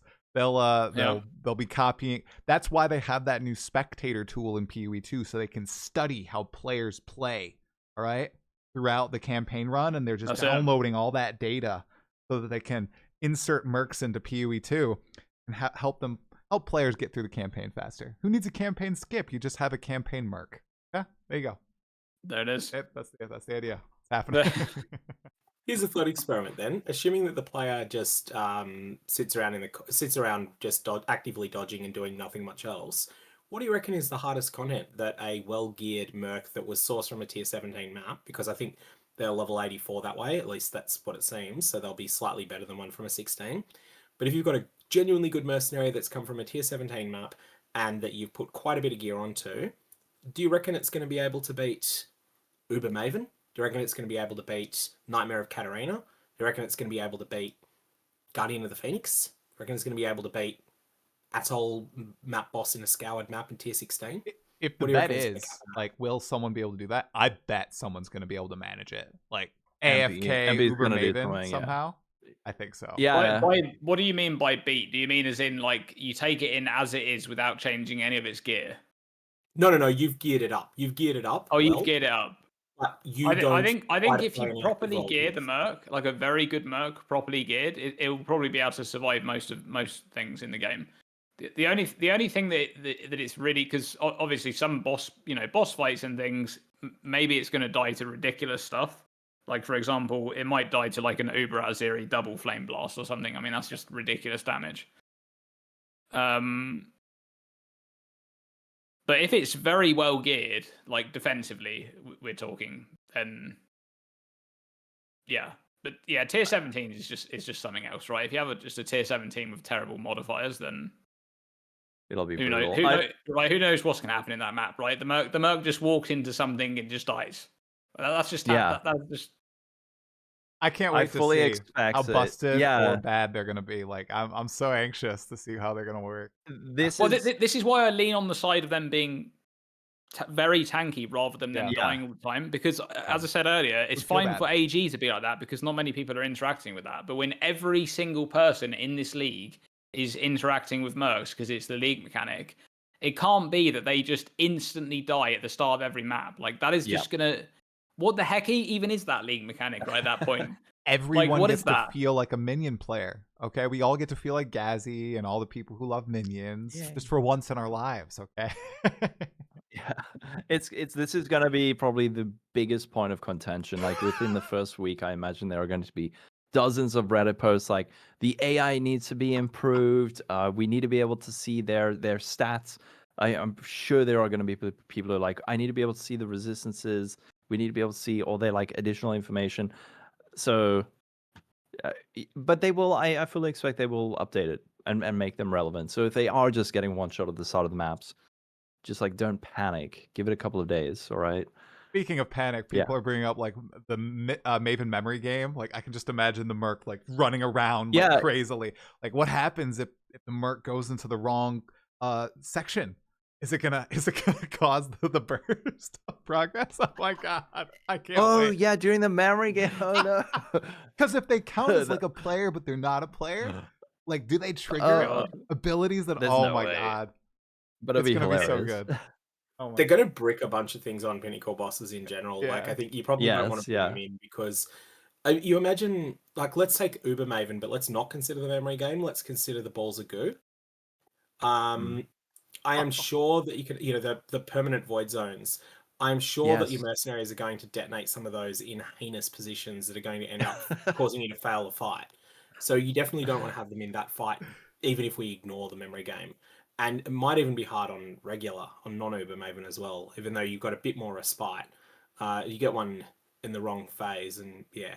Oh, I'll finally survive the ball phase in Exarch. Yeah, the merc will just do them all for me. No. What will happen is they'll run into the ball that you dodged, and then it will explode in AOE and hit you as well. That's exactly. Yeah. Do you guys actually remember? Do you guys remember in I think it was Trial of the Ancestors. It was Quinn. Okay, he was doing Exarch, and he had one of those tattoos that spawns the invincible minion, right? And the invincible minion was walking into the ball phase and dealing damage to him because it was exploding the balls. That is exactly what's going to happen with the merc, right? That is it is going to just do things like that. Oh, there's going to be some peak Quinn content with them. Oh my god. Oh, that's gonna be great stuff. I'm guessing there's probably they're gonna within a week or two have a new skill like a button where it's like recall minion, where it like goes into the Pokeball and then you can redeploy it. Something like that. They'll figure something out, but there's gonna be some good clips, especially in hardcore, man. Dude, I'm not even clicking. I'm not going to click a single merc in the campaign on League Start. Not even. I'm going to walk straight past them. Don't care about them. They don't exist. Okay, I'm not even interested because. Well, here's what's going to happen. You're going to click on a merc. Ooh, there's 2 scouring orbs. Very nice. Fight them for their scouring orbs, and they just one-shot you with some random ability, right? And then I'm just dead. Back to the beach. So yeah. Usually, look, the classic thing in Path of Exile is. The league mechanic's overtuned on launch. It always is. Okay, every streamer who wants to like play the league mechanic, like Ziz is the best example of this. He always plays the league mechanic on launch and dies in hardcore, right? Then he has to go again. And then everyone else who sits back patiently, they're watching, they just see Ziz die and they're like, nope, not touching that. And then they just carry on going. Wait for a couple of days until it gets nerfed. So there's also an aspect where partly it can be overtuned, but sometimes it's not overtuned, but we're just really bad at it. True. Yeah. They might be busted. They might be strong. Well, that's the thing. Like, if they're slightly overtuned and you just die, right? They only need to be like 50 or 60% stronger than the current zone level. Like, just as a miscalculation or whatever, they're just a bit overtuned, and then suddenly they just kill you because you can't react. Yeah, so mercs, they seem pretty exciting. One other thing that really shocked me was the complete revamp of Betrayal. Now, I know this happened a few leagues back where they redid all the safe houses a little bit, but it felt a little lackluster. This time, though, they went all out. I mean, the rewards that they showcased in that stream, especially the crafting, what do they call them? I don't know, like mini crafting sessions, right? Yeah, like tiny betrayal benches. Yeah, the benches. they actually look pretty exciting. What do you guys think about the betrayal rework? Local, do you have any thoughts on like those crafting sessions specifically, where now you get a base and you just, it's like, here is your goal with this base, go hard, right? Yeah, Like I think it's brilliant. I already love Betrayal. I remember the first moment. Betrayal is one of my favorite leagues of all time. And I remember the first time I ever saw Tiny's trial on League Sort of Betrayal League, and it was so cool and so exciting for maybe the first 2 or 3 times. And then you're like, oh wait, this kind of sucks. But it's a very interesting system. And now they've added all these super interesting things where you can like double corrupt unique items. And then use like reflecting mist, very high tier currency in these same, I guess, time pressure or time sensitive crafting systems. That you've got like 90 seconds on these now, I think. But so cool, man. Betrayal is a wonderful league mechanic. It's going to be very, very fun rediscovering all the new things and what's best, because it always changes. Last league it was Gravicius in transportation to farm stack decks or stacks of div cards. This league it might be like, I don't know, we're gonna farm Ashling in fortification to double corrupt some, I don't know, headhunters. Maybe it gives you a headhunter or something. So I love it. I'm really looking forward to doing more Betrayal. Yeah, the Jin Val Orbs look sick. I couldn't believe what Mark was saying when he was presenting them. He's like, yeah, so you can corrupt multiple times and get multiple implicits and like all this special stuff. I was like, what? It's so much fun. Yeah, what does everyone else think about those? That's really cool changes. Yeah, are all of the rewards changed to those benches? Is that every reward is just like a different version of the bench now? I doubt it. I'm not sure if they discussed that or not, because I wonder if things like Gravicius has been replaced by like a bench. You know what I mean? Like, because that was like the one reward, right? That everyone just constantly cycle Gravicius into transport to keep getting those div stacks until you get something good. So I don't know, but those crafting options are really fun. They're just going to be really fun to interactive. And one of the things I'm most excited about with that is that you got 90 seconds to do it. It's not like super time sensitive pressure where you're just like, spamming everything. You can actually. Don't you get more time the higher the tier it is? You get more currency and more time. I want to say it was 90 at tier 3, maybe. 90 I'm not at sure. tier 3. So if you're like actually investing, you got quite a decent chunk. Yeah, maybe it was 120. I think it was 90. 90 is a good amount. Enough time. Yeah. So that's going to be fun. And then they also rebalanced the Katarina fight. No more immunity phases that piss me off every time. Oh. Yeah, and that fight was also a great fight to do once or twice, but was not fun to farm. Yeah. And I think that if they've got it right, then the immunity phases will feel like you've got stuff to do during them rather than not this again. The thing I thought with the crafting sprees, I fear they might end up just being like this is probably always the wrong choice. That's the bad outcome they could have, but they could also be cool. But it's interesting, they've chosen 90 seconds, I think, pretty carefully. It's not long enough to research the best thing to do, but it's long enough to make decisions without using any external knowledge sources. And so you can sort of spend 10 seconds to think on something, but you can't go and spend a whole bunch of time in PoEDB theory crafting exactly what to do. I really like the idea of being able to use currencies you can't afford or that you wouldn't waste yourself, like the Reflecting Mist. And honestly, that was part of the thing with when Betrayal came out. I feel like Exalts, even though Exalts were the metamod currency then, Divines are now, you can feel like a Divine today is an Exalt back then, but really, Exalts are probably about 5 times as valuable as a Divine is today in terms of just the amount of playtime they represented. So applying Exalts to items felt exciting then, and you were able to do that in some of the Tiny's trials. You didn't actually get anything good out of them usually, but you had the Exalt and Null spree was kind of fun. I think they're going to recapture that on a bigger scale with the Reflecting Mist. I'm excited. I don't think they'll let you pause, by the way, during the crafting spree. I think the way they'll do it is the reward is technically in the safe house, which counts as a boss area, so that you get that little thing that's like blocking your pause, right? I think that's how it works. Like, there's no way, dude. They'll patch it in. You'll just screenshot your thing, right? Pause it. You know, bit of research. You know, what should I do next? Okay, unpause it. Use that. Oh, here's another one. Pause it, dude. Okay, if you can do that, Quinn is actually going to spend like 3 hours on a single crafting spree, and just like stall the heck out of it. Just ridiculous. Like 90 seconds turned into 3 hour stream, dude. Yeah. That is what's going to happen. Milk the content. It's just gonna be the Jin Valor one too. One option, Quinn. Nothing else to do. The thing is, how good is the reward system changes here, where they've made it so that, like, okay, currently in Betrayal, early on the reward is the unique items. Later on, the from Katarina, later on it's the slim chance of a Veiled Orb, but it's very all or nothing. Whereas now it's going to be Veiled Exalts are still there as a chance to get, possibly rarer, possibly more common, we don't know. But you've still got the unique items early, but later on you've got something that's like basically a replacement for a Mythic Scarab. You know, it's not a Horned Scarab of Glittering, but it's something else that kind of is one.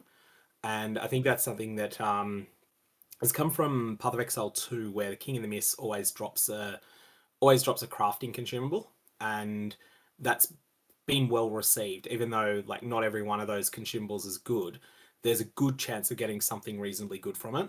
And I think they've decided, okay, having consumables that always come from a boss is good. We're going to do that in here. I enjoy it. Kind of for the same reason that I didn't get to touch on this earlier with the memory strands. I know there was a lot of focus on the crafting element of them, but there was also Mark trying to bring in the tier 2, 3, 4, 5 just good item drops from PoE 2, which good for someone like myself who doesn't do like high investment crafting. I don't get a lot of currency, so just getting like a good drop that I can then make slightly better using crafting materials is nice. And I think the memory strand system, and then also this betrayal mechanic where, yeah, I might get a tier 3 crafting bench with a nice well-rolled rare that I can then make a little bit better with some slotted in currency. That's exciting for me. I like that. So it's not just the, this is a great reward to then invest in something else. It's like, this is a good reward here and now. It's going to make an impact on my character. Hopefully, right? Hopefully. I think we're going to see some crazy like IDs of people just IDing an item with memory strands, and it's just ridiculous, right? Six tier 1 mods, like just crazy straight off the bat. Let's hope. Yeah, man. This league is so packed that we are like skimming over so many things that yeah. Like we didn't even talk about, and I'm not saying we should go back to it, but just an example. We didn't even talk about like the special modifiers that you can get from the followers. There's like rare only modifiers. How do I explain? But, like there's the incursion modifiers that are unique to temples. Yeah. There's that for followers. You can also kill them. Yeah. And you can now, apparently, if you do decide to take item on the followers, you get all the currency items and not just some of them. Some of the items look really good. Like you could gear your character up just by murdering exiles and stuff. Yeah. And then there's betrayal stuff. There's so much stuff. There's the new unveils on the new unique items, which look really strong. It's like overwhelming how much stuff is in this, and it's so good. There are those 2 cool uniques they also teased, and yeah, the axe looks awesome. Looks super cool. That as well. The flask, just with the unique card effect that appears above your character, even if it's cool. Yeah, it looks That's really, just fun, really cool, right? I don't know if it'll be strong. Looked really good. I really like that sort of design. So feels like they're putting some fun stuff in the game. Like not everything has to be the best or like the most powerful stuff. Like the betrayal stuff, it might be really strong and good for your currency generation. It might just be a really fun mechanic for people who like playing the game, rolling the dice, seeing what happens. That exists in the game for them, and they absolutely nail it if it's both simultaneously. Yeah. Speaking of, the best, lots of quality of life introduced in this patch. What is your favorite piece of quality of life introduced to Path of Exile 1? Probably the character limit on the search. Oh yeah, Character the limit on the stage regex. is really good. Yeah, I also Huge, really like huge. the I also really like the search term staying on the vendor, because even though it's like it's Yes. so it kind of feels like it's very minor, but actually like it just saves you a bunch of clicks every act. Like every single act, you're just gonna save a bunch of clicks basically.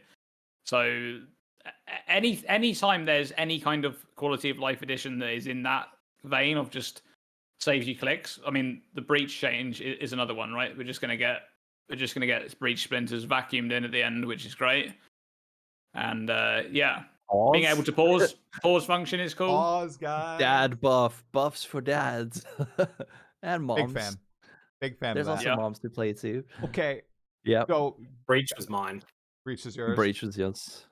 Okay, you I'd got probably say pause. Yeah. Please do not crucify me. You three or chat. Chat's gonna crucify me. Oh no. Well, Dreamcore, yours is the character limit. What is Reg X? Don't crucify me. I literally don't. I've seen worry, it like it's fine. mentioned, and now you're saying this is the best. Why? What is Reg X? What do you use it for? It's just an expression term to put in the search bar, so you can actually search for whatever mods you need in particular act. You want movement speed, you want strength, you want IPD on weapons. Yeah. For like whatever. map mods, can't you just like type? I just like type stuff in. So Yeah, like, if I- same. Yeah, Yeah, but there's you can. Yeah, you can. Of course, you can type things in, but basically, is well, that was exactly one of the things that you just said there. Is just like having a limit on it. The limit was how long? How big was the previous limit? 50, It was I think. small. 50. It's Yeah, 50, that is it was crazy. tiny. It's gone from 50 to 250. That is ridiculous. I'm still confused because I just type Okay. in like reflect. Like, can you Let type me in multiple explain. things at once and separate? Yes, them Someone out? link yes, him the that's the regex point. generator. There's a So yeah. the regex point- generator. Oh my! Yeah. I'm linking oh. it. I'm linking you it click right on now. it. Wait. So There you the- go. Linking it in the. I linked Okay, it in you're the linking chat. it, but I'm destroying the links. Okay, I see the links, you guys. I'm looking. yeah. PoE I think it's In in the the- search bar. Yeah. Yeah, I'll give in you the one search use bar, you're case. able to type in. Oh, do you want to? Yeah, okay, you can give him explain for Yeah. try. Okay, so here's an example. You're running tier 17 maps, and let's say Yeah. that you're rich enough that you've got a full 144 tab full of tier 17 maps, and you know that you can't run reflect maps or you can't run elemental reflect, and you can't run volatile cores, or you're not willing to run volatile cores. You can generate a search term that will pick up both of those at once, and it will hide them, but it will show every other map. Or you can do it in reverse, and then you can easily select the maps you can do. Then you can keep that there, and as you start looting more tier 17 maps in other gameplay or trading for them, you can throw them back in the tab. You don't have to worry about getting everything perfect. It's really good when you want to chaos spam tier 17 maps. It's also really good if you've done one of the tier 17 maps that you've done one that's dedicated to generating 8 mod tier 16s. And so you might end up coming out of that with 72 tier 16 maps, and you want to parse them really quickly to get all the ones that you can't do. Like, I'm about to start Exactly. crying right now because You didn't know about this? no, I just like look through all the maps one by one. Oh, no, and it's you This can is do it with efficient with everything. You can do it with the crafting bench. Oh You can my do it with God. vendors, where Oh. effectively you write out like parts of words and then little like symbols that make it interact in different things. So if you want to, if in PoE 2, for example, you can have a regex that like highlights things that have maximum life, movement speed, physical damage to attacks. You can have like, I don't know, X number of things, but now you can have that times 5. I'm down bad, And guys. I'm down bad. The major problem was that with tier 17 maps, the limit of 50 characters was too short that you would often have to have 2 regexes, and then you'd have to like copy in one and then check and then copy in the other one and check, and it was just like a pain in the butt. So this is a huge buff for like juicing and I being see able- it. So usually, like when you league start a character, right? Depending on what you're playing, you'll set up like a regex for your campaign run, Right. which will just be like maybe Act 1 through 5, and then you have a different one, right? So you'll have like in there you might have movement speed, probably 10 and 15%, and then you might have let's say you're playing a spell build, you might have gem levels for lightning spells or something, or added damage. Whatever you have, it's in there. And you would usually just paste that into the vendor every time you looked at the vendor, and it would just grey out every other item, and any that you needed would be highlighted, right?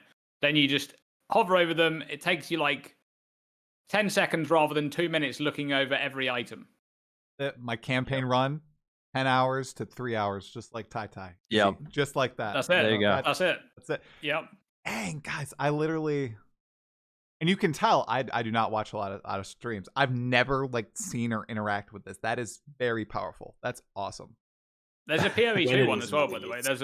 I think it's actually on that website. You can switch it to the PoE 2 version. That guy made a PoE 2 regex as well. That's got like, it highlights the important mods you want in PoE 2, like movement speed and stuff. That's awesome. This will be so I think good I've got for a your... short on this.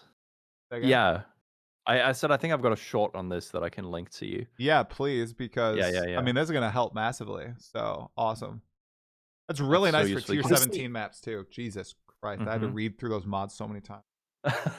Honestly, a tier 17 build, like if you're making a build guide for a dedicated tier 17 map, I think for, like that's optimized for tier 17 boss killing, I think it's probably best to include a regex for maps inside the build guide, because one of the most useful tools for people to have. It's honestly probably more important than guides as to which rare items to buy. Wow. Yeah. All right. Applies for 16s as well, but it's less critical there because I think people can, like, if you're playing an Ignite build, you can easily go, okay, 70% chance to avoid elements is a no. Elemental Reflect is probably a no, depending on your exact setup, but everything else is probably fine. I don't need to read anything anymore. I can just have a regex, copy paste, look for the highlighted, bam. Less reading. And then store it in your Awakened PoE trade. You can have I different refuse to use that. regexes. No PoE trade. Yeah, but you can have one for ROG, one for the crafting bench, no, one I for your can't. Act 1 vendor. I'll one do for regex. Clarissa. Regex is fine. It's in game. I don't know if I can do Awakened PoE trade though. But regex, I'm using next league, 100%. All right, and then you have your little notepad on the side where you keep all your regexes, right? I have a notepad. I don't have regexes, but I will now, maybe. You're gonna write down all your regexes I don't and then know, like maybe. look at I'd it and write- type it I in don't- game. I meant notepad like the thing on your computer. Oh, you know? no, I write Do you know on a about notepad. that? I write on a legit notepad. Oh, See, okay. These well, are all the there's an maps that app I on your ran computer. last night. Yeah, pretty crazy. I know. God. Yeah. Don't hate me. Don't hate me, please. No, it's fine. Thank It's you probably all. very relatable. There's gonna be so many people who are like, "What? That's so cool! I didn't know either." And then like all of us are just talking like, "Oh, they increased the regex character limit," and everyone's like, "What does that mean?" And by you being like, "I don't know what that is," now there might be 200 people who know, and their life is just way better. Pretty sweet. I think it's big for map mods. That's gonna help me so.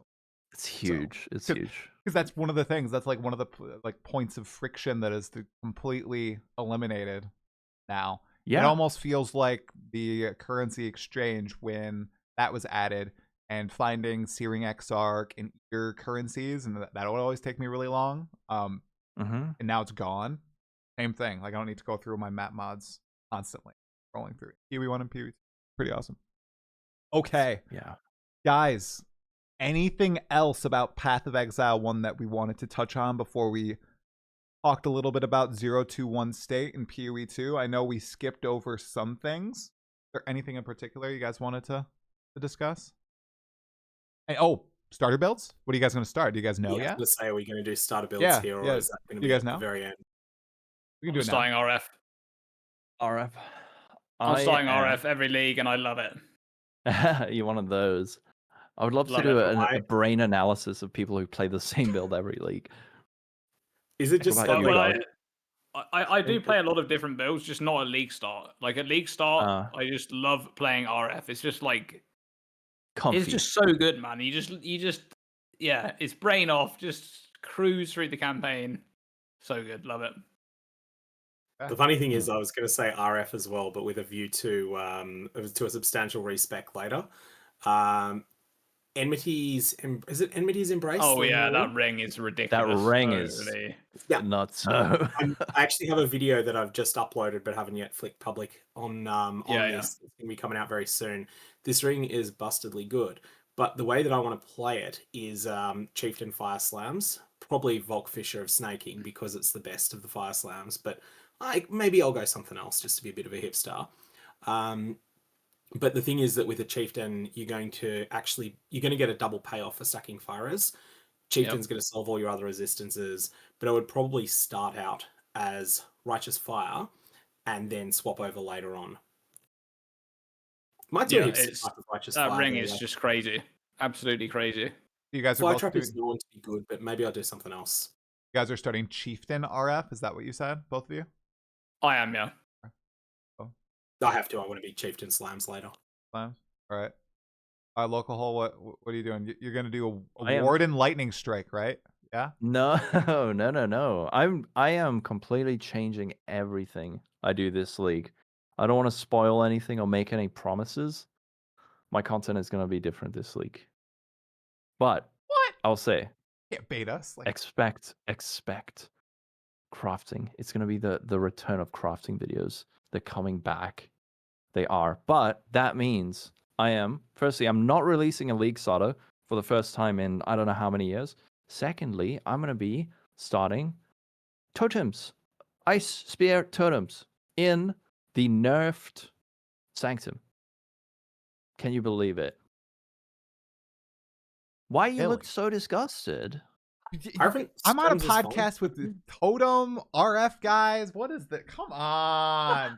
Wait. That's my reaction. Wait, it's in the chat. What reaction? Let's try right now. Huh? What? I did league start my most active build in a very long time in 325. That was the Eviscerate Gladiator. That was really fun. Yeah, I would say performance-wise was middle of the pack. Fun factor really high. Heck yes. What about you, Try? I am going to start either Ellie Hit Deadeye or I don't know, something Ball Lightning. What would be the best for Ball Lightning, self-cast Ball Lightning? Is it going to be Elementalist? I see everybody talking about how Elementalist is best for self-cast Ellie. Or would it be something like Hierophant? Hierophant? I think Hierophant is still really good. And I actually think Archmage is going to be the play for Ball Lightning of... So I might do that. I'm barely nerfed it, man. They nerfed it? Right? Yeah, but no, they Archmage, yeah. Oh, Archmage? Yeah. I'm saying they didn't... The Ice Nova build got nerfed big time. Yes, that's it, yeah. Archmage Gem itself was a 15% nerf. And the Hierophant nerf is very big. Like, that is a huge nerf to Sanctuary of Thought. But I still think it's going to be extremely good. Like, that build is still going to be extremely good on Ball Lightning. It's going to be really good. Yeah. So I might go one of those two. Although, you might get me Dog, and I might do Slams as well.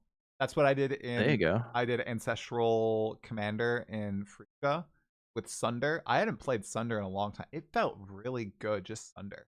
I know everybody's talking about Volcanic Fissure of Snake and swapping over to that. I did that a few weeks ago, so I probably won't do that, but maybe I'll do Slam. I have to be fire at that point. I have to be doing fire damage, but there are ways to convert. Like, if Sunder was what I wanted to play, I could convert with like Watcher's Eye, Mastery, Gloves. You could play Earth Shatter convert. That might be quite nice. Earth Shatter is really good. Yeah. Yeah. Is it a feel good skill? Is that the delayed one? But you probably just end up playing Snaking because it's just so comfy. Snaking is so good. Snaking is just like 20% better than the other slams, isn't it? Like, they're all playable, but Snaking is like a step above.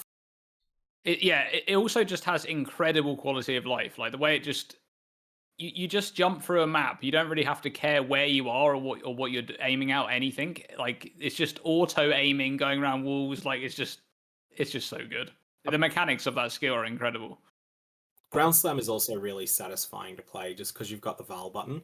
Val for Ground Slam feels so fun to push.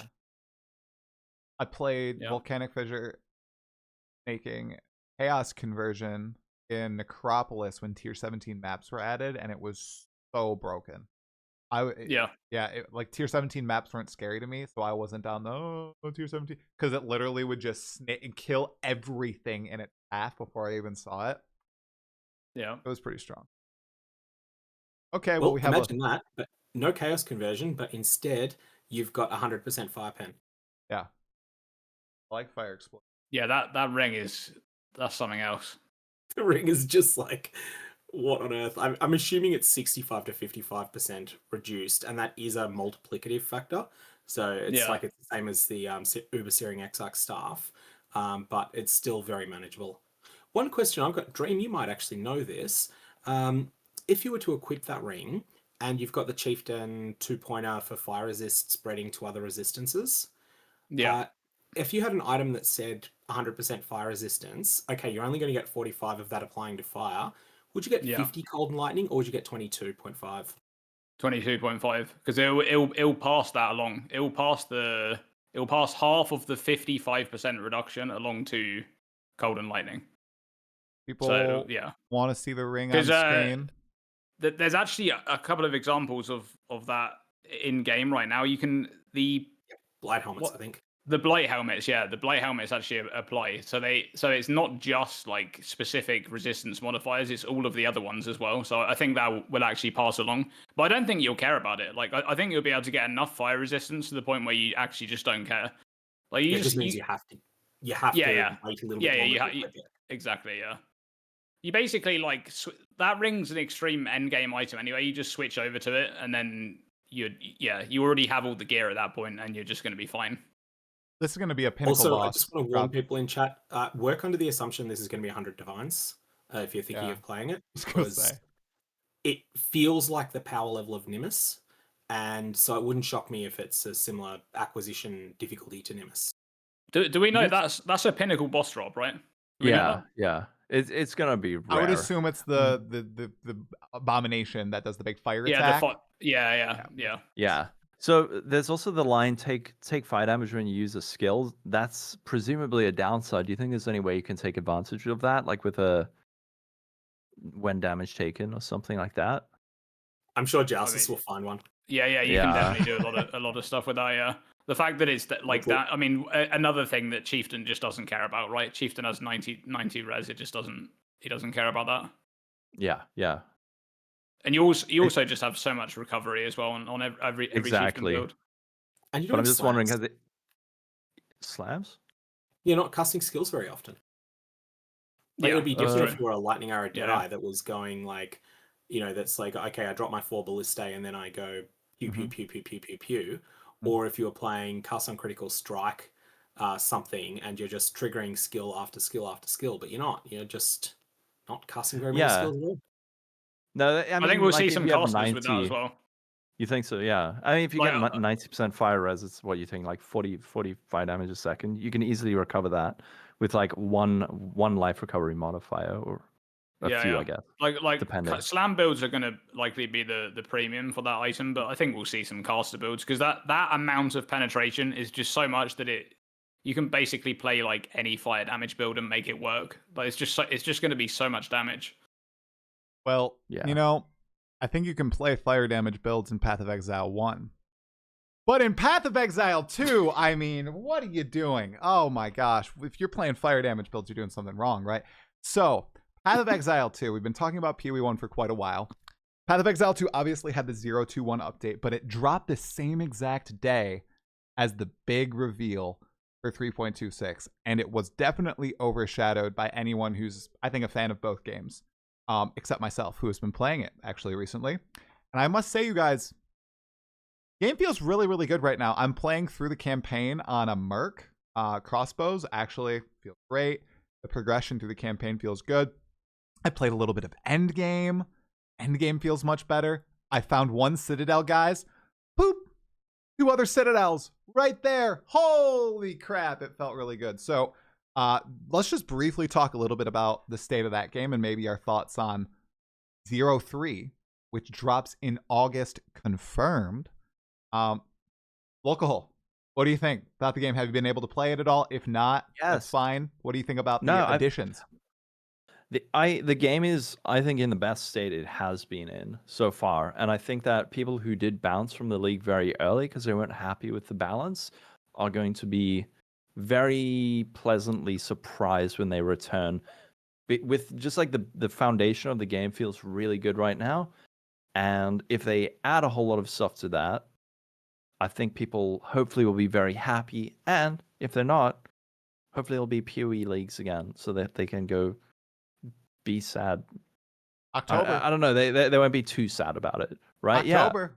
It's gonna be June, August, then October back to PoE1. I do have no leaks, but they are already working on 327. Like they started this week.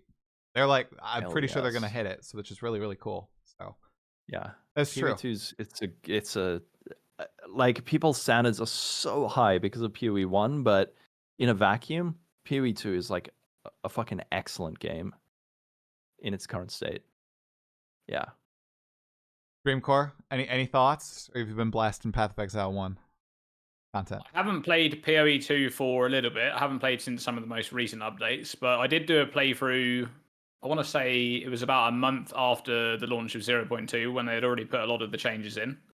And yeah, I can echo the sentiment that the campaign felt a lot better than, I mean, obviously the 0.2 league start wasn't great. And they have made tons of improvements since then. So many improvements, like lots and lots of little small things that will just annoy you in PoE 2 that they've now kind of ironed out, which I think is really, really good. And they also have just added some really cool, unique items to the game, which is something that I love. You know, the PoE 2 unique items were a bit disappointing on launch. I think they were all very, very weak for the most part. There were some obviously ridiculous ones, but most of them just were really underwhelming. So them adding some more chase uniques and, you know, buffing older uniques to make them better, that's something that I really enjoy. And yeah, I just think overall they keep patching the game. It's getting better. And yeah, I'm looking forward to 0.3 to see what they're going to do for that patch, especially now they're kind of settling into this release rhythm of doing every 4 months for both games. I'm interested to see what kind of scope that's going to be on a 4-month cycle for PoE 2.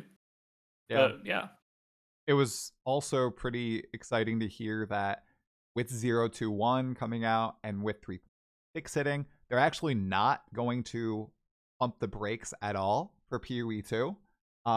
When I sat down with Jonathan, I asked him about balance. And while we learned nerfs are out of the question completely, guys, I asked him twice. He was like, you ask me one more time, I will leave this Discord call right now. So I didn't do it again. But they are going to actually be touching character balance between leagues, which is good. I'm happy to hear that. We'll see what it looks like with 0.2.2, 0.2.3, but it's not like they're going to wait for 0.3.0 apparently before they start, I don't know, addressing why there's only 7 Acolytes of Chayula players, which is exciting to hear. It really is. And Sir Gog, Dreamcore mentioned new uniques being added to the game. Wasn't there a new unique added to PoE 2 that you wanted to speak on? Like the new scepter? Yeah, the Shrine Scepter. The Shrine Scepter. What is it? What's the name of it? I'm going to put it on the screen. I had to find it 1 sec. It's on. It was on the PoE2 subreddit. Do a Control F on the PoE2 subreddit for the word mirror, and you'll find it. Okay. It's like themed around. I think it's themed around breach, but I don't think it's a breach item. I think you can only get it by corrupting. Yeah. A unique. And it can. It has like multiple outcomes, right? I have no idea. All I know is that one on the Reddit sold for a mirror, and there was one other listed on trade for a mirror. Okay. Do we have the name? I'm looking on the PoE2. Arm of the Dreamer is the item. Arm of the Dreamer. Now, this is going to look terrible to people that look at it because Grant's effect of Dreaming Gloom Shrine does not sound as ridiculously bonkers as it is. It's just the explode. It's the explode. Try. This, but then prepare to have your mind blown when you find out what it does. All right, here you go. All right, there we go. Got it on screen. Boom. Okay. There you go. Oh, with the art and everything. Art and everything. All right. What is this? So, does this basically add the Gloom Shrine buff permanently? Dude, that's so crazy. Oh, damn. That's not going to stay in the game. That's like one of the biggest feel-goods in PoE 1 and PoE 2 is finding a Gloom Shrine no matter your build and just little purple balls appearing everywhere. That's crazy. So, to be fair, this is like the other stats on this would be in line with like an Act 3 weapon. Yeah. But even though it's the most important slot on your character, that effect is just off the charts in PoE 2. That is crazy. Yeah, that is just such nice quality of like also playing in a game with weapon swap, right? With good weapon swap tech, so you can use that item as your like main clearing thing. You have some other setup where you trade out a bunch of points that have like area effects and stuff like that for damage, for single target damage. Swap your other swap. Jesus Christ, can't even speak. To your other weapon set, and then you can just DPS down the boss. Literally what it does, guys. Yeah, There's the definition. There we go. I didn't even know that. Your offhand with spears and stuff. Wait, isn't that just a normal Gloom Shrine effect, or why is it called Dreaming Gloom Shrine? Or is that just is that what it's called in PoE 2? Is it actually just called Dreaming Gloom Shrine normally? I'm not sure. I haven't really looked at shrines too much in PoE 2. I know that the like they made a huge pass on like the damage shrines to make them be really noticeable and meaningful, because the PoE ones were always just, you didn't even care about them, right? Whereas you got like these giant meteors falling down, they actually kill things, and the ice thing that spins around your character actually freezes things, right? Which is kind of cool. Bosses too. Yeah. So I wondered if they did a pass on the other ones, but some of them seem quite similar. Maybe this one is just always called Dreaming Gloom Shrine. I'm not sure. Yeah. But yeah, that is a very cool scepter. That is really nice. So there's some speculation that the only way you can get this, I don't know if this is correct or not, is to use an Omen of Corruption to corrupt I think there's the other unique Shrine Scepter. Dude, which is Mythic Rarity. The other on that base. And that I don't think it's guaranteed to hit either. But yeah, it's like it's going to be the rarest unique item in the game long term because of that. That's crazy. What does Impurity do? Because it also grants level X, level 18 Impurity. Let's see. Chaos Resistance Aura. Oh, right. Okay, so it gives you, on top of all of that, Yep, gives you Chaos Res. 10 to 29% Chaos Res, and it doesn't cost any Spirit because it's on the item, I think. Oh wow! And that's only for your allies, though, right? It doesn't affect you if it works like other auras. Of your allies. Didn't they change it so that it applies to scepters now? Note that it's not 29%. And you probably won't get this with 28 either. It's probably 27. Darn, PoE 2 DBs lying to me. There, that's what it is. Oh, yeah. Well, it's just that level 1 to 20. There we go. Getting level 20 would require an item level 19. Oh, and getting 19 requires 84. So 84 can exist, but realistically won't. And most of the ones of this that exist will be I-80, I-81, I-82, I-83. Got it. That's a nice scepter. Grab 18. Nice. Yeah.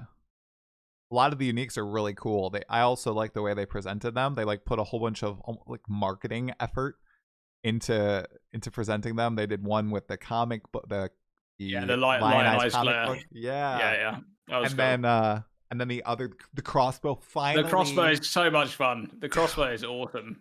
That is. I want that. Really cool. I want that. So that's what I'm going to try. Not just the way they presented it, but the mechanics of that crossbow are really cool. Like investing into recovery of your life to be able to avoid reloading is really, really cool. Right. And it's clever too, because you know it's really good for clearing and just killing a whole bunch of stuff. You get more powerful. You're gaining all these souls, and then when you get to the boss, you can unload all the souls onto the boss and deal a tremendous amount of damage. Like it was, I like that they a few of them granted those unique skills as well. I haven't actually seen what Whispering Ice looks like in P2 though. I don't know if anybody's created a build on it yet, but it's in the game now. Ice Storm. I haven't seen it yet. Yeah. It is Mythic Rarity, right? All of the ones in that post were Mythic Rarity, right? I think so. That was the implication, right? So Chernobog's Pillar Rarity. Is you guys would know this better than me. Is that the first time they've called Tier 0 uniques mythic? Yeah. Because that was and I think it's Tier 1, not Tier 0. Oh, that's Tier definitely 1 that's one of those things where they're kind of trying to say they don't want to call it Tier 0, right? They got a new audience for PoE 2. They want something that's recognizable, and something that's recognizable is mythic, right? That's something that's kind of transferred over from other games. Yeah. So I think that's fine. That's totally fine. Like I don't have a problem with that. like half of GGG's founding staff played Magic the Gathering extensively. Like, didn't Brian Weisman work for GGG for a whole period? And like, he was the first Magic theorist. Like, I knew his name. I didn't even know, or didn't even draw that connection. But it came up when Harishi resigned, and like sort of discussing what might have happened there. And you're thinking, oh, someone mentioned Brian Weisman existed, and it was like, oh, Chris Wilson was meeting Brian Weisman. Okay, that means that Chris is probably going to be putting together a CCG at some point. And if you were going to try and put out a CCG, the one person from Grinding Gear Games you would poach is Harishi. Maybe it's happening. Maybe we'll hear their It could names be. pretty soon. It could be a thing. Yeah, So that's my speculation there. Like, they could get he'd Eric be- too for the art and design. You know, get the band back together. We're like, Just hope it's on PC and not just like a physical copy where we need only to spend, like, physical. hundreds of dollars. Have to go to New Zealand to play the card game as well. Okay, so the And you have cards to are play only. Chris is the final boss of the Yeah. game. Okay, and then three other things that I would love to chat about PoE 2 related. 3.0, 0.3.0. Do you guys expect there to be a new class and the campaign to get expanded at all, or do you think it's going to be pretty small in scope? I know Dream, you kind of said, 4-month development cadence. Maybe it's a little smaller. What do you guys think? Yes, there will be a new class. Yeah. Because I kind of think they don't want to be in early access forever, right? And at some point this year, they said about the end of the year release being like 65% chance. Yeah. I don't know what they would say to that today, but I think they've gone off that since because 040 was referred to as 040, not 100. And that was, I think, in your interview, Try, wasn't it? Yeah. Yep. I heard that and I'm like, okay, that means that they're not, if they're planning a 040, then they're not planning a 100 this year. That's a good point. I think that's great. I think them doing a 1.0 release for December just wouldn't have made any sense. The game just isn't there yet. Like, you can call it a 1.0 release if you want, but it just isn't. It's not. It wouldn't be a full release. There would be like half of the classes, over half of the league mechanics, and whatever else are not in the game. Like, there's so many improvements still to be made. I think that makes sense if they. I think they should stretch the early access out as long as they need. Like, make the game as good as it needs to be before full release. Mark basically it doesn't said really that. matter ultimately, right? Yeah, it doesn't matter at all, really. It doesn't. Mark said that in his interview with Destin that came out yesterday. He basically said, what even is 1.0? Exactly. Like why do we need, like, we just want to make the game good now. We're going to put out the content. Like, I feel like that's just, they should do it, from our totally business savvy positions when the game's actually done, and not just to get it into free to play, get it into like the widest audience possible. Because if another, and I hope it doesn't, another Dawn of the Hunt happens, right, where something is like fundamentally broken because it's in such a raw state, I think that'd be really bad if it was open to a much larger audience of people. They might try it and then bounce forever and never come back. I think a lot of the people who bounced from Dawn of the Hunt, they'll be back. They'll be back. They're Path of Exile lovers, absolutely. I think they're coming back. But if it's your first time, maybe it would have felt a little bit different if you ended up not liking that experience. So, honestly, also, it's 020G and 020H was when they fixed the game. Yeah. Mostly 021 was just a small thing added to the end game. But like, the question of what is 100, I think they've said all along that's when they remove the requirement to buy a beta access key. Yeah. I don't know they need to stick with that. I don't think it would be a problem if they think that for commercial reasons a December release is the right one for going free to play. I don't think there's a problem if they make 040 the free to play patch. Just keep the existing scope. And then 100 is the moment that you've got 36 ascendancies and 6 acts. I see what you're saying. Yeah. But I do think that it is. I think it's important that the free-to-play release, so like the actual release of the game, is when they have the game in a state where they're happy for. Because you got to remember, all of the people that are playing Path of Exile 2 now paid to play the game, right? Or they won a key or whatever.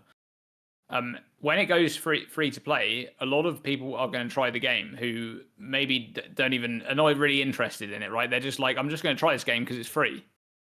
So you want the game to be the best it can be when those players try it for the very first time, because if it's not, they're not going to come back, right?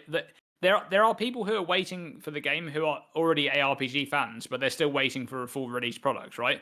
Those are the people where you could release it semi-complete and they actually will come back because they're clued in with the ARPG scene. They're following all of the development and stuff like that, right? But for people who are just trying the game randomly, I'll just try this, right? If you want them to have the best experience, then the game needs to be the best it can be when they're experiencing it the first time. And so, in my opinion, I think they should wait maybe even until the following December to do the full release. They need the druid and the paladin in the game. What they need. They're going to beat out everybody. Okay? Paladin, man. Dude, every ARPG player yearns for a paladin now, and no one else is delivering it. GGG. My tinfoil hat is that they pulled another, we see Diablo 4 messing up, we're going to pounce. So they said, druid, we're just going to throw druid. Templar is where it's at. And Templar is going to come out in 030 with the paladin, because apparently Diablo 4 couldn't deliver on it. That doesn't truly exist in any other ARPG. So it's paladin, guys. That's my new crackpot theory. Because I don't want to, disappoint and gaslight myself over the druid anymore. I'm done with it. Yeah, no, it's never coming. No. A strengthened class is needed, though. It is. So I think it's going to be the druid or the Templar. Like one of those needs to come out just to start that part of the tree, make it kind of useful, right? You think? I see Dreamcore rubbing the chin. Templar is definitely possible. I don't think druid's coming in. I don't either. 0.3, do no. I don't. I'm legit. Maybe Templar. I think my bet is on Marauder for 0.3. Marauder. I would like axes. Been pretty exciting. Honestly, I would like to see if we could, whether a class or not comes, I want to see more ascendancies, because like the ascendancies that they put out in this patch, like the Lich and the Smith of Katava were like really, really well thought out, really well designed. In general, they've got exciting things going on in them. They're not single build ascendancies. They're quite versatile. That's the sort of thing. If you can get another one of them on a couple of other classes, that'd be fantastic. Like imagine something of that quality on the monk as an alternative to Invoker. I guess Acolyte Chayla might be reworked into that. That would work too. And then you have the question of like some of the things where the passive tree can feel a bit sparse in places. There's a lot of power on the passive tree in 2, but I feel like there's just too much travel from useful cluster to useful cluster. Too many clusters that don't synergize together with each other in the starting areas. Contrast this to Path of Exile 1 starting areas where there's probably 2/3 of the nodes that are close to your starting area are good for your character. They might not be the right choice, but they're at least good, which is not the case. Like some of them are really, really, really niche in 2. I feel that.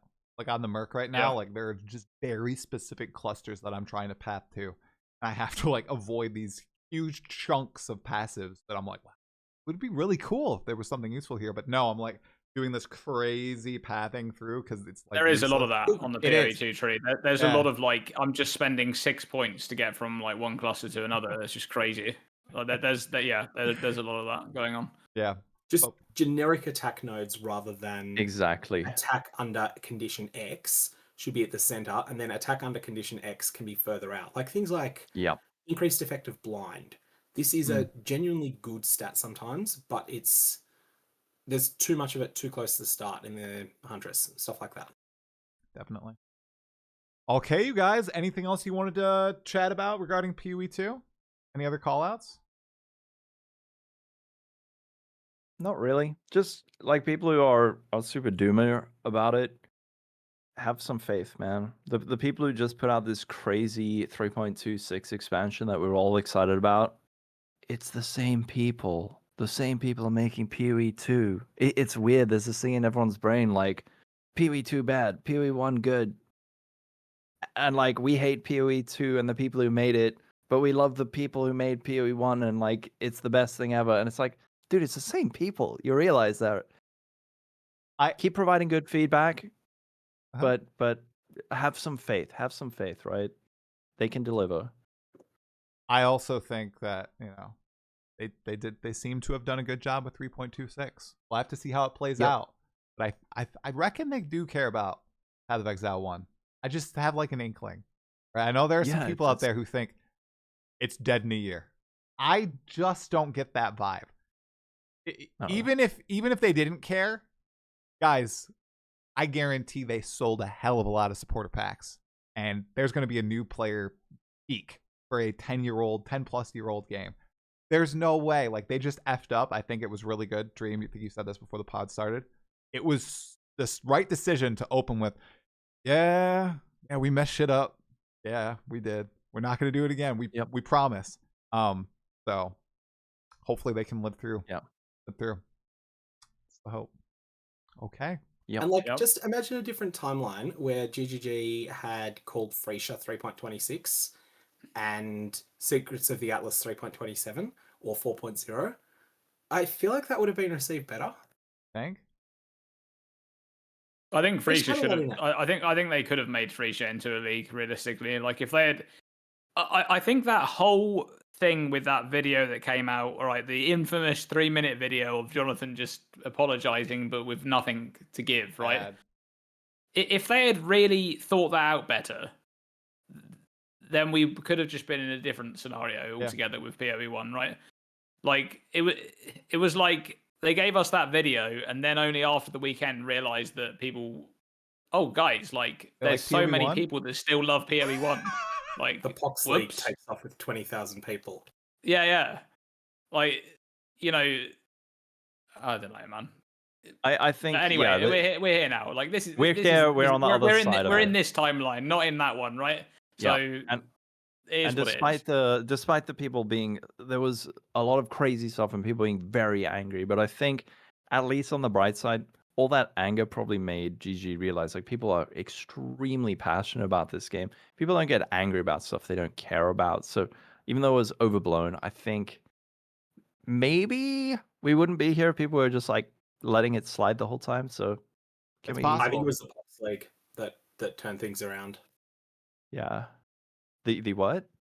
The Pox Settlers Restart private league event, getting more players in any player-run event that not named Gauntlet has ever had before.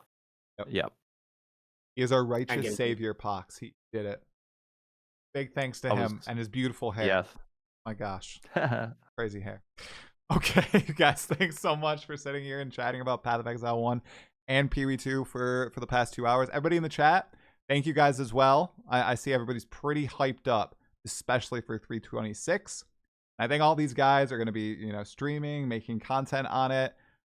I'm just going to be winging it and having a really good time with maybe Ball Lightning and chilling. It's going to be fun. Hey, you guys, thanks so much. I appreciate it. I'll talk to you guys later. Awesome. Bye.